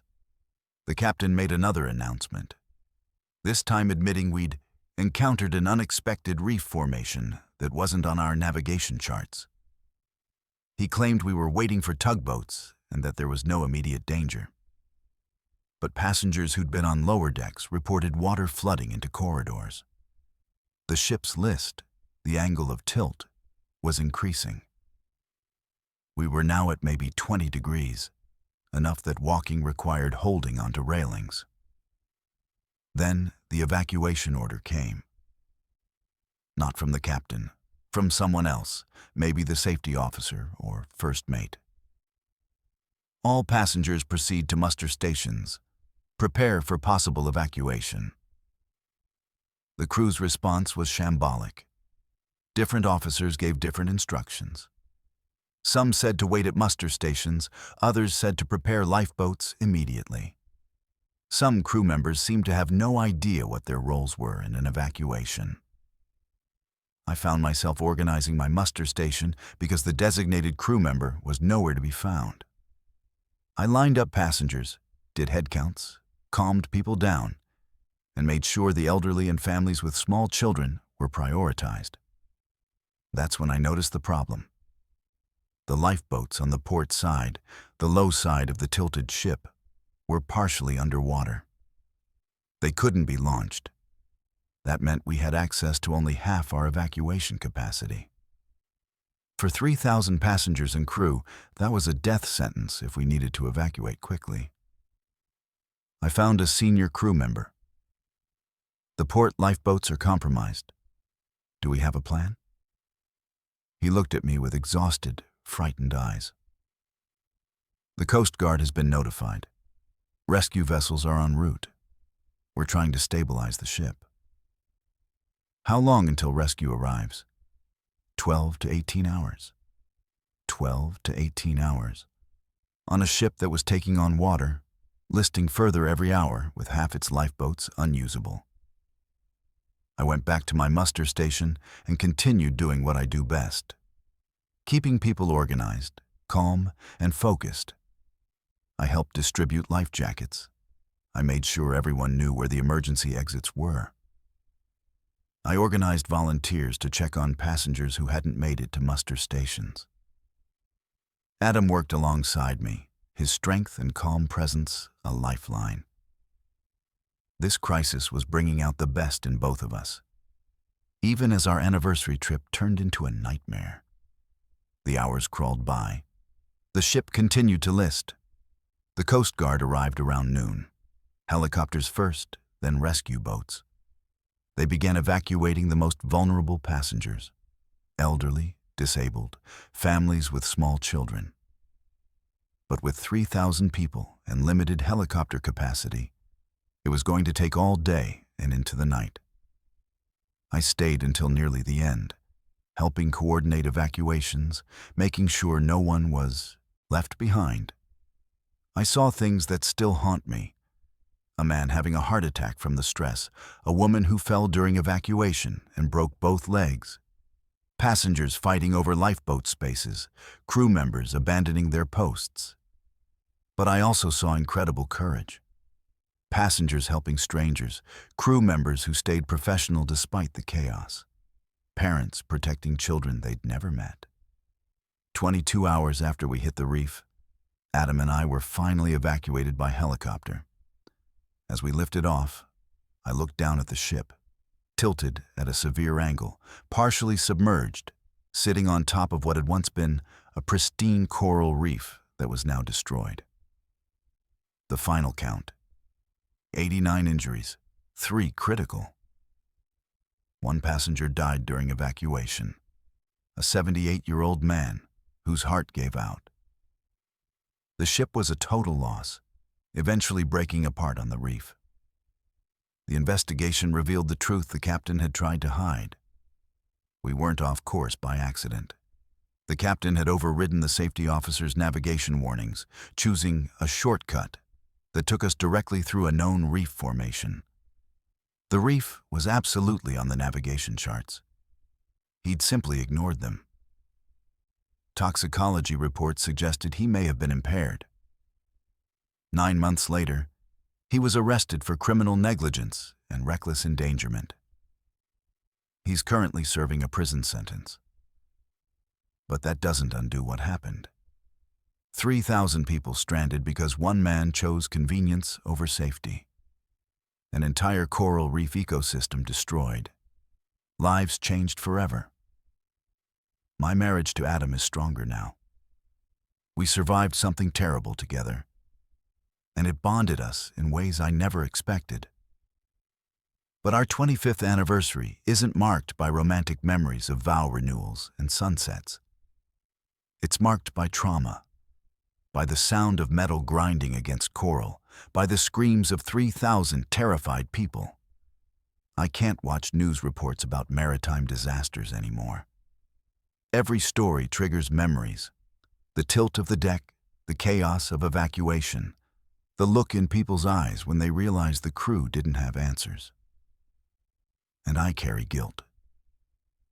Even though people have told me my leadership helped prevent deaths, I think about the passengers I couldn't help.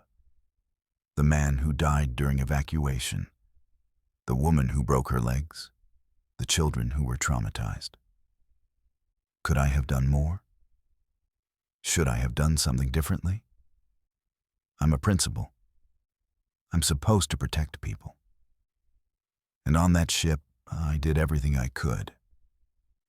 But it wasn't enough to prevent the suffering, the fear, the trauma that 3,000 people experienced because one man made a catastrophically bad decision. That's what haunts me most. All our safety drills, all our protocols, all our training. None of it mattered when the person in charge decided to ignore the rules. And 3,000 people paid the price for his arrogance. My name is Andrew, and I'm a high school teacher. I've spent my entire adult life being cautious, careful, maybe even a little anxious about everything. I research every decision, weigh every risk, plan for every contingency. So when my parents asked me to join them on a cruise through Asia in February 2020, I hesitated. The news was reporting something happening in China. A virus, cases spreading, governments issuing warnings. But my parents insisted. "We're 70 years old," my father said. "How many more chances will we have for a trip like this?" Against my better judgment, I said yes. That decision killed my father and destroyed what was left of my family. My parents had been planning this trip for years. A 14-day cruise through Asia, Singapore, Vietnam, Thailand, Hong Kong, Taiwan, back to Singapore. They'd worked their whole lives, raised 3 kids, and finally had the time and money to see the world. My mother had a heart condition. My father had diabetes and high blood pressure. But their doctors cleared them for travel. They were excited in a way I hadn't seen in years. I'm their youngest son, 35, unmarried, no kids, a teacher with summers off and school breaks that aligned perfectly with their schedule. They wanted family time, one last big adventure together. My siblings couldn't make it, jobs, kids, responsibilities, so it was just the 3 of us. I booked the trip in January 2020. The news about coronavirus was starting to appear, but it seemed distant, contained to one region of China. The cruise line sent reassurances, enhanced cleaning protocols, health screenings, everything was safe. My anxiety whispered warnings, but I pushed them aside. My parents were so happy, I couldn't disappoint them. We boarded in Singapore on February 2nd. The ship was massive, nearly 4,000 passengers and crew. My parents had a cabin on deck 8, I was 1 deck below. The first week was everything they'd hoped for. We explored Ho Chi Minh City, toured ancient temples in Bangkok, ate incredible food, watched sunsets over the South China Sea. My father's diabetes was under control, my mother's heart was stable, and for the first time in months, I stopped worrying. On day 6, we were supposed to dock in Hong Kong. I woke up early, excited to show my parents the city where I'd taught English for a summer during graduate school. But when I checked my phone, there was a message from the cruise line. Due to enhanced health screening requirements, our Hong Kong port call has been canceled. We will proceed to our next destination. My anxiety spiked immediately. I went to my parents' cabin. "Did you see the message?" My father waved it off. "Probably just bureaucracy. Don't worry so much, Andrew. Enjoy the trip." But I couldn't shake the feeling that something was wrong. That afternoon, the captain made an announcement. "Ladies and gentlemen, as a precautionary health measure, we'll be conducting enhanced health screenings for all, passengers and crew. Please cooperate with our medical team. There is no cause for concern." No cause for concern, the phrase people use right before everything falls apart. When did precaution become code for "we've lost control"? On day 8, the ship was denied entry to Taiwan, then Okinawa, then our scheduled return to Singapore. Every port turned us away. Rumors spread through the ship. Someone was sick, multiple people were sick, the virus was on board. That evening, the captain's voice came over the PA system. and I could hear the strain beneath his professional tone. Passengers and crew, we have confirmed one positive case of COVID-19 aboard. The infected passenger is in isolation on Deck 5. As a precautionary measure, we are implementing a 14-day quarantine. All passengers must remain in their cabins until further notice. Meals will be delivered to your rooms. Thank you for your cooperation. The words hit me like a physical blow.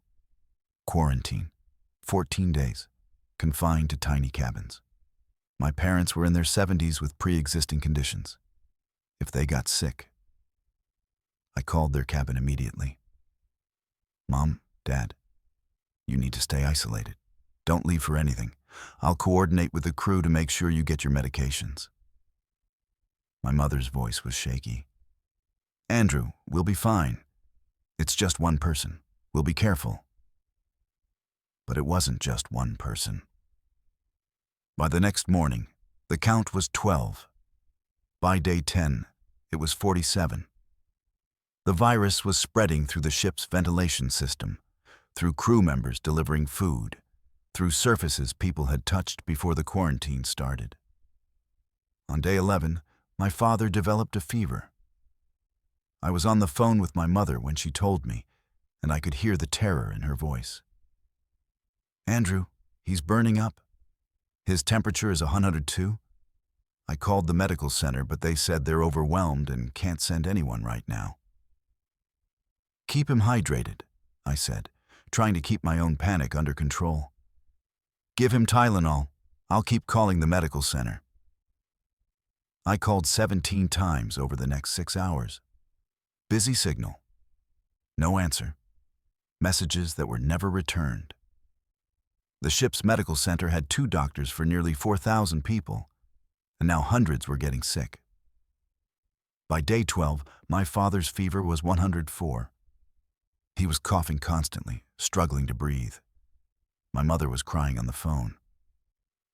Andrew, he needs help. He needs a hospital. They won't send anyone.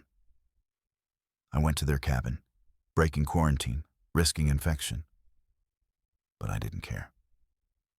My father was lying in bed, his skin gray, his breathing shallow and labored. I'd never seen him look so fragile. I pounded on every crew door I could find. I screamed at anyone who would listen. My father is dying.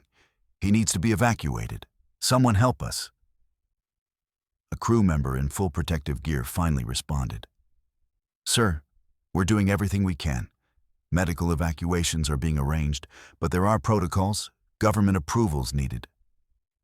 My father doesn't have time for protocols. But protocols were all they had. While my father's oxygen levels dropped, while his breathing became more labored, while my mother held his hand and begged him to hold on, governments argued about jurisdiction and liability. Which country would accept sick passengers? Who would pay for medical care? What about quarantine facilities? My father wasn't a person to them. He was a political problem, a logistics challenge, a liability. How do you watch your parent die while bureaucrats debate paperwork? On day 14, they finally evacuated my father. A helicopter came, medical personnel in hazmat suits loaded him onto a stretcher. My mother couldn't go with him. She'd tested positive too, asymptomatic but contagious. I held her while she sobbed, watching the helicopter carry her husband to 43 years away. He was taken to a hospital in Japan. We got updates via phone. He was on a ventilator. His condition was critical. They were doing everything they could. My mother and I were still confined to our cabins, still quarantined, unable to be with him. 3 days later, a doctor called. My father had died. Respiratory failure, multiple organ failure, COVID-19. The doctor was kind, professional, apologetic. But all I could think was that he died alone, in a foreign hospital, surrounded by strangers in protective gear who couldn't even hold his hand. My mother and I weren't allowed to attend a funeral. We weren't allowed to leave quarantine. We sat in our separate cabins, mourning separately, connected only by phone calls where we cried together across the hall. The positive cases on the ship eventually reached 200. The quarantine extended. First 14 days, then 21, then 28. We were moved from ship to land-based quarantine facilities, shuffled from one location to another like contaminated cargo. I tested positive on day 16. Fever, cough, chest pain, the whole nightmare. But I was young and healthy, and I survived. My mother survived too, though the virus left her heart weaker than before. 28 days after the initial quarantine began, we were finally released. We flew home with my father's ashes in an urn, trying to process grief while still dealing with the physical aftermath of the virus. The cruise line offered condolences and a full refund. No admission of liability. No acknowledgement that they'd sailed despite warnings, that they'd been unprepared for a medical emergency, that their inadequate medical facilities and slow response had contributed to deaths. The investigation would later show that my father's death was preventable. If he'd been evacuated sooner, if the ship had proper medical equipment, if governments had responded faster, he would have survived. But he didn't. He died because I convinced him this trip was safe. Because I ignored my instincts that told me not to go. Because I wanted to make my parents happy. And that desire killed my father. The survivor's guilt is crushing. I was in the cabin one floor below while my father got sick. I was young and healthy and survived the virus that killed him. I'm alive and he's not. And it should have been the other way around. My mother hasn't been the same since. She survived COVID, but losing my father while trapped in quarantine, unable to say goodbye, unable to hold his hand, it broke something in her. She's withdrawn, depressed, haunted by those final days. Our relationship is strained now. We don't talk about the cruise. We don't talk about Dad's death. The grief is too tangled up with guilt and anger and regret. I have PTSD. Small rooms trigger panic attacks. I can't handle confined spaces, elevators, closets. Even my own bedroom sometimes feels like that cabin. I sleep with the door open, need windows, need to know I can leave. The rage is the worst part. Rage at the cruise line for sailing into a pandemic. Rage at governments for treating sick people like political problems. Rage at a system that prioritized logistics and liability over human lives. Rage at myself for not trusting my instincts, for booking that trip, for convincing my parents it was safe. I watched my father die via video call from a quarantine facility. His last words to me, whispered through an oxygen mask, were, "Take care of your mother." Then the screen went dark, and 12 hours later, he was gone. The cruise line's refund check is still sitting in a drawer, uncashed. Money can't bring my father back. Money can't undo the trauma. Money can't compensate for watching him deteriorate while being powerless to help. I teach online now. I can't go back to a classroom. Too many people, too confined, triggers my anxiety. My life has become smaller, more isolated, ruled by fear and grief. My father was 72 years old. He'd survived cancer, a car accident, raising 3 chaotic kids, 40 years of teaching middle school. He was strong, resilient, full of life. He deserved to see the world with my mother, to have adventures, to enjoy retirement. Instead, he died alone in a foreign hospital because a cruise line prioritized profit over safety, because governments prioritized politics over people, because I didn't trust the anxiety that told me not to go. 4,000 people were on that ship. 7 died, hundreds became seriously ill, thousands were traumatized, and the cruise industry just kept sailing, kept marketing dream vacations, kept pretending everything was fine. But it's not fine. My father is dead. My mother is broken. My family is destroyed. And every day, I wake up in a world where I have to live with the guilt of the decision that killed him. The cruise was supposed to be a bonding experience, a final family adventure. Instead, it became a floating prison where my father caught the virus that killed him. And I'm the one who put him there. That's the truth I live with every single day. The truth that no refund, no apology, no amount of therapy can change. I killed my father by trying to make him happy. And I'll never forgive myself. My name is Soleil, and I've spent 15 years as an investigative journalist. I've exposed corporate fraud, interviewed war criminals, investigated cult leaders. I built my career on facts, evidence, and rational thinking. I've always prided myself on being the skeptic in the room, the person who demands proof, who rolls her eyes at ghost stories and psychics and anything that can't be measured or explained. So when a travel magazine offered me an assignment covering a haunted legends cruise, I laughed. Easy money, I thought.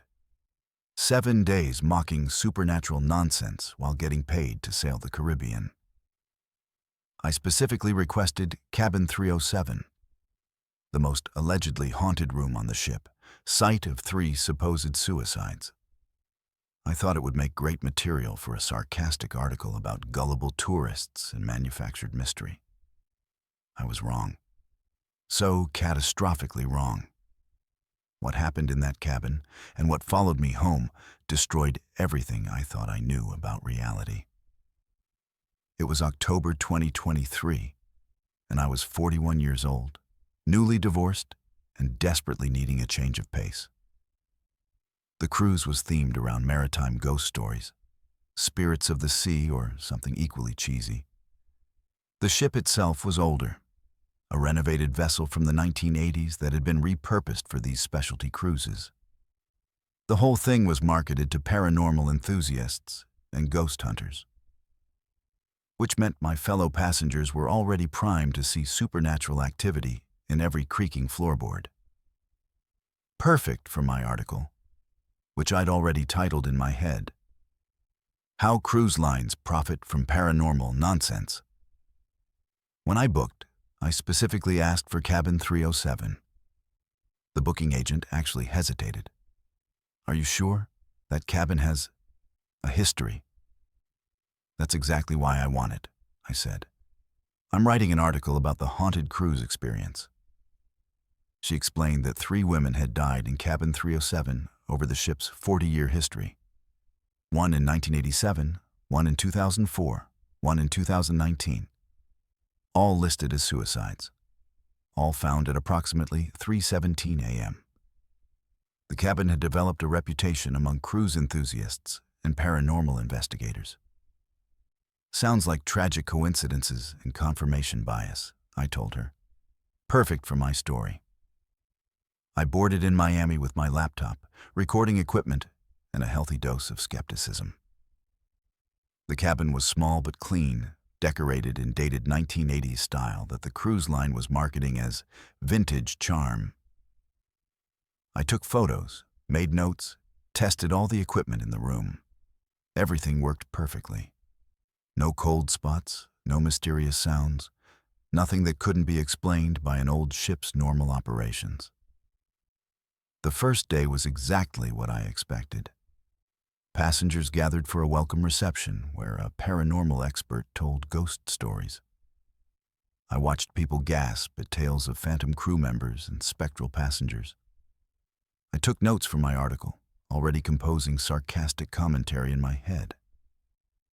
That night, I went to bed around midnight, amused and ready to document 7 days of gullible tourists seeing ghosts in every shadow.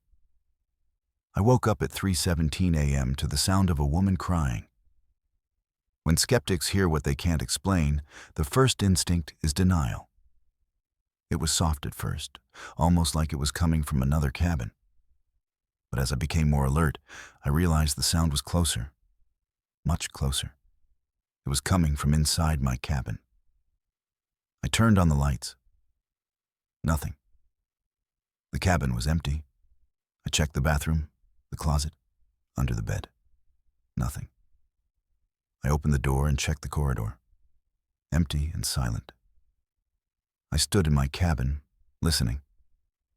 The crying had stopped the moment I turned on the lights. I rationalized. Sound travels strangely on ships. Old pipes make weird noises. I was in an unfamiliar environment, and my brain was playing tricks. I made notes about the experience, good material for the article, and went back to bed. The next night, I woke at exactly 3:17 a.m. The crying was louder this time, more desperate. And this time, there were shadows. I watched, frozen in my bed, as darkness seemed to move across the walls in patterns that defied the cabin's lighting. The temperature dropped so suddenly I could see my breath. I grabbed my phone to record, but it wouldn't turn on. Dead battery, even though I'd charged it to 100% before bed. My laptop wouldn't start either. All my electronics dead simultaneously. The crying continued. It sounded like a woman in profound grief, the kind of soul-deep sobbing that comes from unbearable loss. Despite my fear, I felt an overwhelming sadness wash over me. "Hello?" I said into the darkness. "Is someone there?" The crying stopped. Silence. Then, in the dark, I heard breathing that wasn't mine. When dawn finally came, my electronics worked perfectly. Full battery, no explanation. I checked with other passengers. No one else had heard anything. No one else had experienced anything unusual. I spent day 2 researching. The ship had Wi-Fi, and I dove deep into Cabin 307's history. 3 deaths, all women. Margaret in 1987, found hanging in the bathroom. Jessica in 2004, overdose on the bed. Claire in 2019, slit wrists in the bathtub. All discovered at 3:17 a.m. by early shift crew members. All ruled suicides, though family members of 2 had contested the findings. I also found something else. All 3 women had been traveling alone. All 3 were between ages 35 and 45. All 3 had been recently divorced, just like me. On night 3, I woke at 3:17 a.m. to my full name being whispered. Not my byline name, my full legal name, including my middle name that I never use. That's not on any of my travel documents. Soleil Marie Davidson. The voice was female, sad, almost pleading. It came from right next to my bed, where no one stood. I screamed. I turned on every light. I searched every inch of the cabin. Nothing. But my belongings had been moved. My laptop was now on the opposite side of the desk. My clothes were rearranged in the closet. And on the mirror, written in what looked like condensation, were the words, "Help us."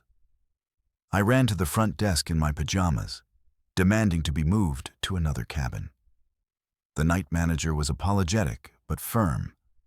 The ship was fully booked. No available cabins. I could stay in a public lounge if I preferred, but they couldn't provide alternative accommodation. I went back to 307, pushed a chair against the door, and sat awake until morning. Rational minds break when reality refuses to be rational. Over the next 3 days, the activity escalated. Other passengers started approaching me, asking if I'd seen her. A woman in a vintage 1980s dress, standing outside cabin 307, staring at the door. Multiple people described the same figure. Same dress, same era-appropriate hairstyle, same sad expression. I set up my camera to record while I slept. On night 4, the footage showed my sleeping form. Then, at 3:17 a.m., the temperature gauge on my camera dropped from 72 degrees to 41 degrees in seconds. The footage became staticky, but through the distortion, there appeared to be a figure standing at the foot of my bed. Dark hair, pale dress, watching me sleep. I couldn't debunk it. I couldn't explain it. Every rational explanation I tried to construct fell apart. On night 5, I woke at 3:17 a.m. because something touched my arm. I turned on the light and saw 3 parallel scratches running down my forearm. Fresh, bleeding, as if made by fingernails. But I'd been alone. My hands had been visible on top of the blanket, and the door was still locked from the inside. On the bathroom mirror, another message in condensation. Don't leave us here. The final night, night 6, was the worst.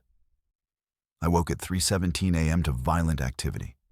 Objects flying across the cabin, not falling, flying. My laptop, my clothes, my suitcase, all moving through the air as if thrown by invisible hands. The crying was deafening now. Not one voice, but 3, all sobbing in unison. The temperature was so cold my water bottle had ice forming on the outside. And then I saw her, fully materialized, standing in the corner. A woman in a 1980s style dress, dark hair, pale skin, eyes hollow and black. She was looking directly at me. "Help us," she said, her mouth not moving, her voice inside my head. We didn't jump. We were pushed. He made it look like suicide. He's still here. He'll do it again. Then she vanished, and the cabin returned to normal. I didn't sleep the rest of that night. When the ship docked the next morning, I was the first passenger off, practically running down the gangway. I never wrote the article. How could I? I had no rational explanation for what I'd experienced. Video footage that showed impossible things, physical evidence of scratches that appeared while I slept alone in a locked room, multiple witnesses seeing the same apparition, my own eyes seeing a figure that couldn't exist. But the worst part? It followed me home. Some doors, once opened, can never be closed again. 2 weeks after returning to my apartment in New York, it started. 3:17 a.m., I woke to crying. The same crying from the ship. Then objects moving. Then the scratches appearing on my arms, my back, my legs. I brought in paranormal investigators, me, the skeptic journalist who would have mocked these people 6 months earlier. They confirmed what I feared. I had an attachment. The entity from cabin 307 had followed me home. Sometimes spirits attach to people who remind them of themselves, the lead investigator explained. You're similar to the women who died. Age, situation, emotional state. She sees herself in you. They performed cleansings, rituals, interventions. My rational mind rebelled against all of it, even as I participated. How could I believe in sage burning and spiritual cleansing when I'd spent my entire career debunking such things? But desperation overrides skepticism. And after 4 months of nightly terror, of 3:17 a.m. becoming a time I dreaded more than anything, the activity stopped. The paranormal investigators told me they'd helped the spirits cross over, that they'd revealed the truth about what happened in cabin 307.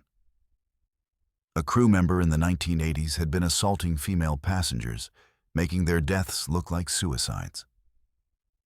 He'd died in 1995, but the women's spirits remained, trapped, still trying to tell someone what had happened. I don't know if I believe that. I don't know what I believe anymore. My worldview shattered. I was the rational one, the skeptic, the journalist who demanded evidence.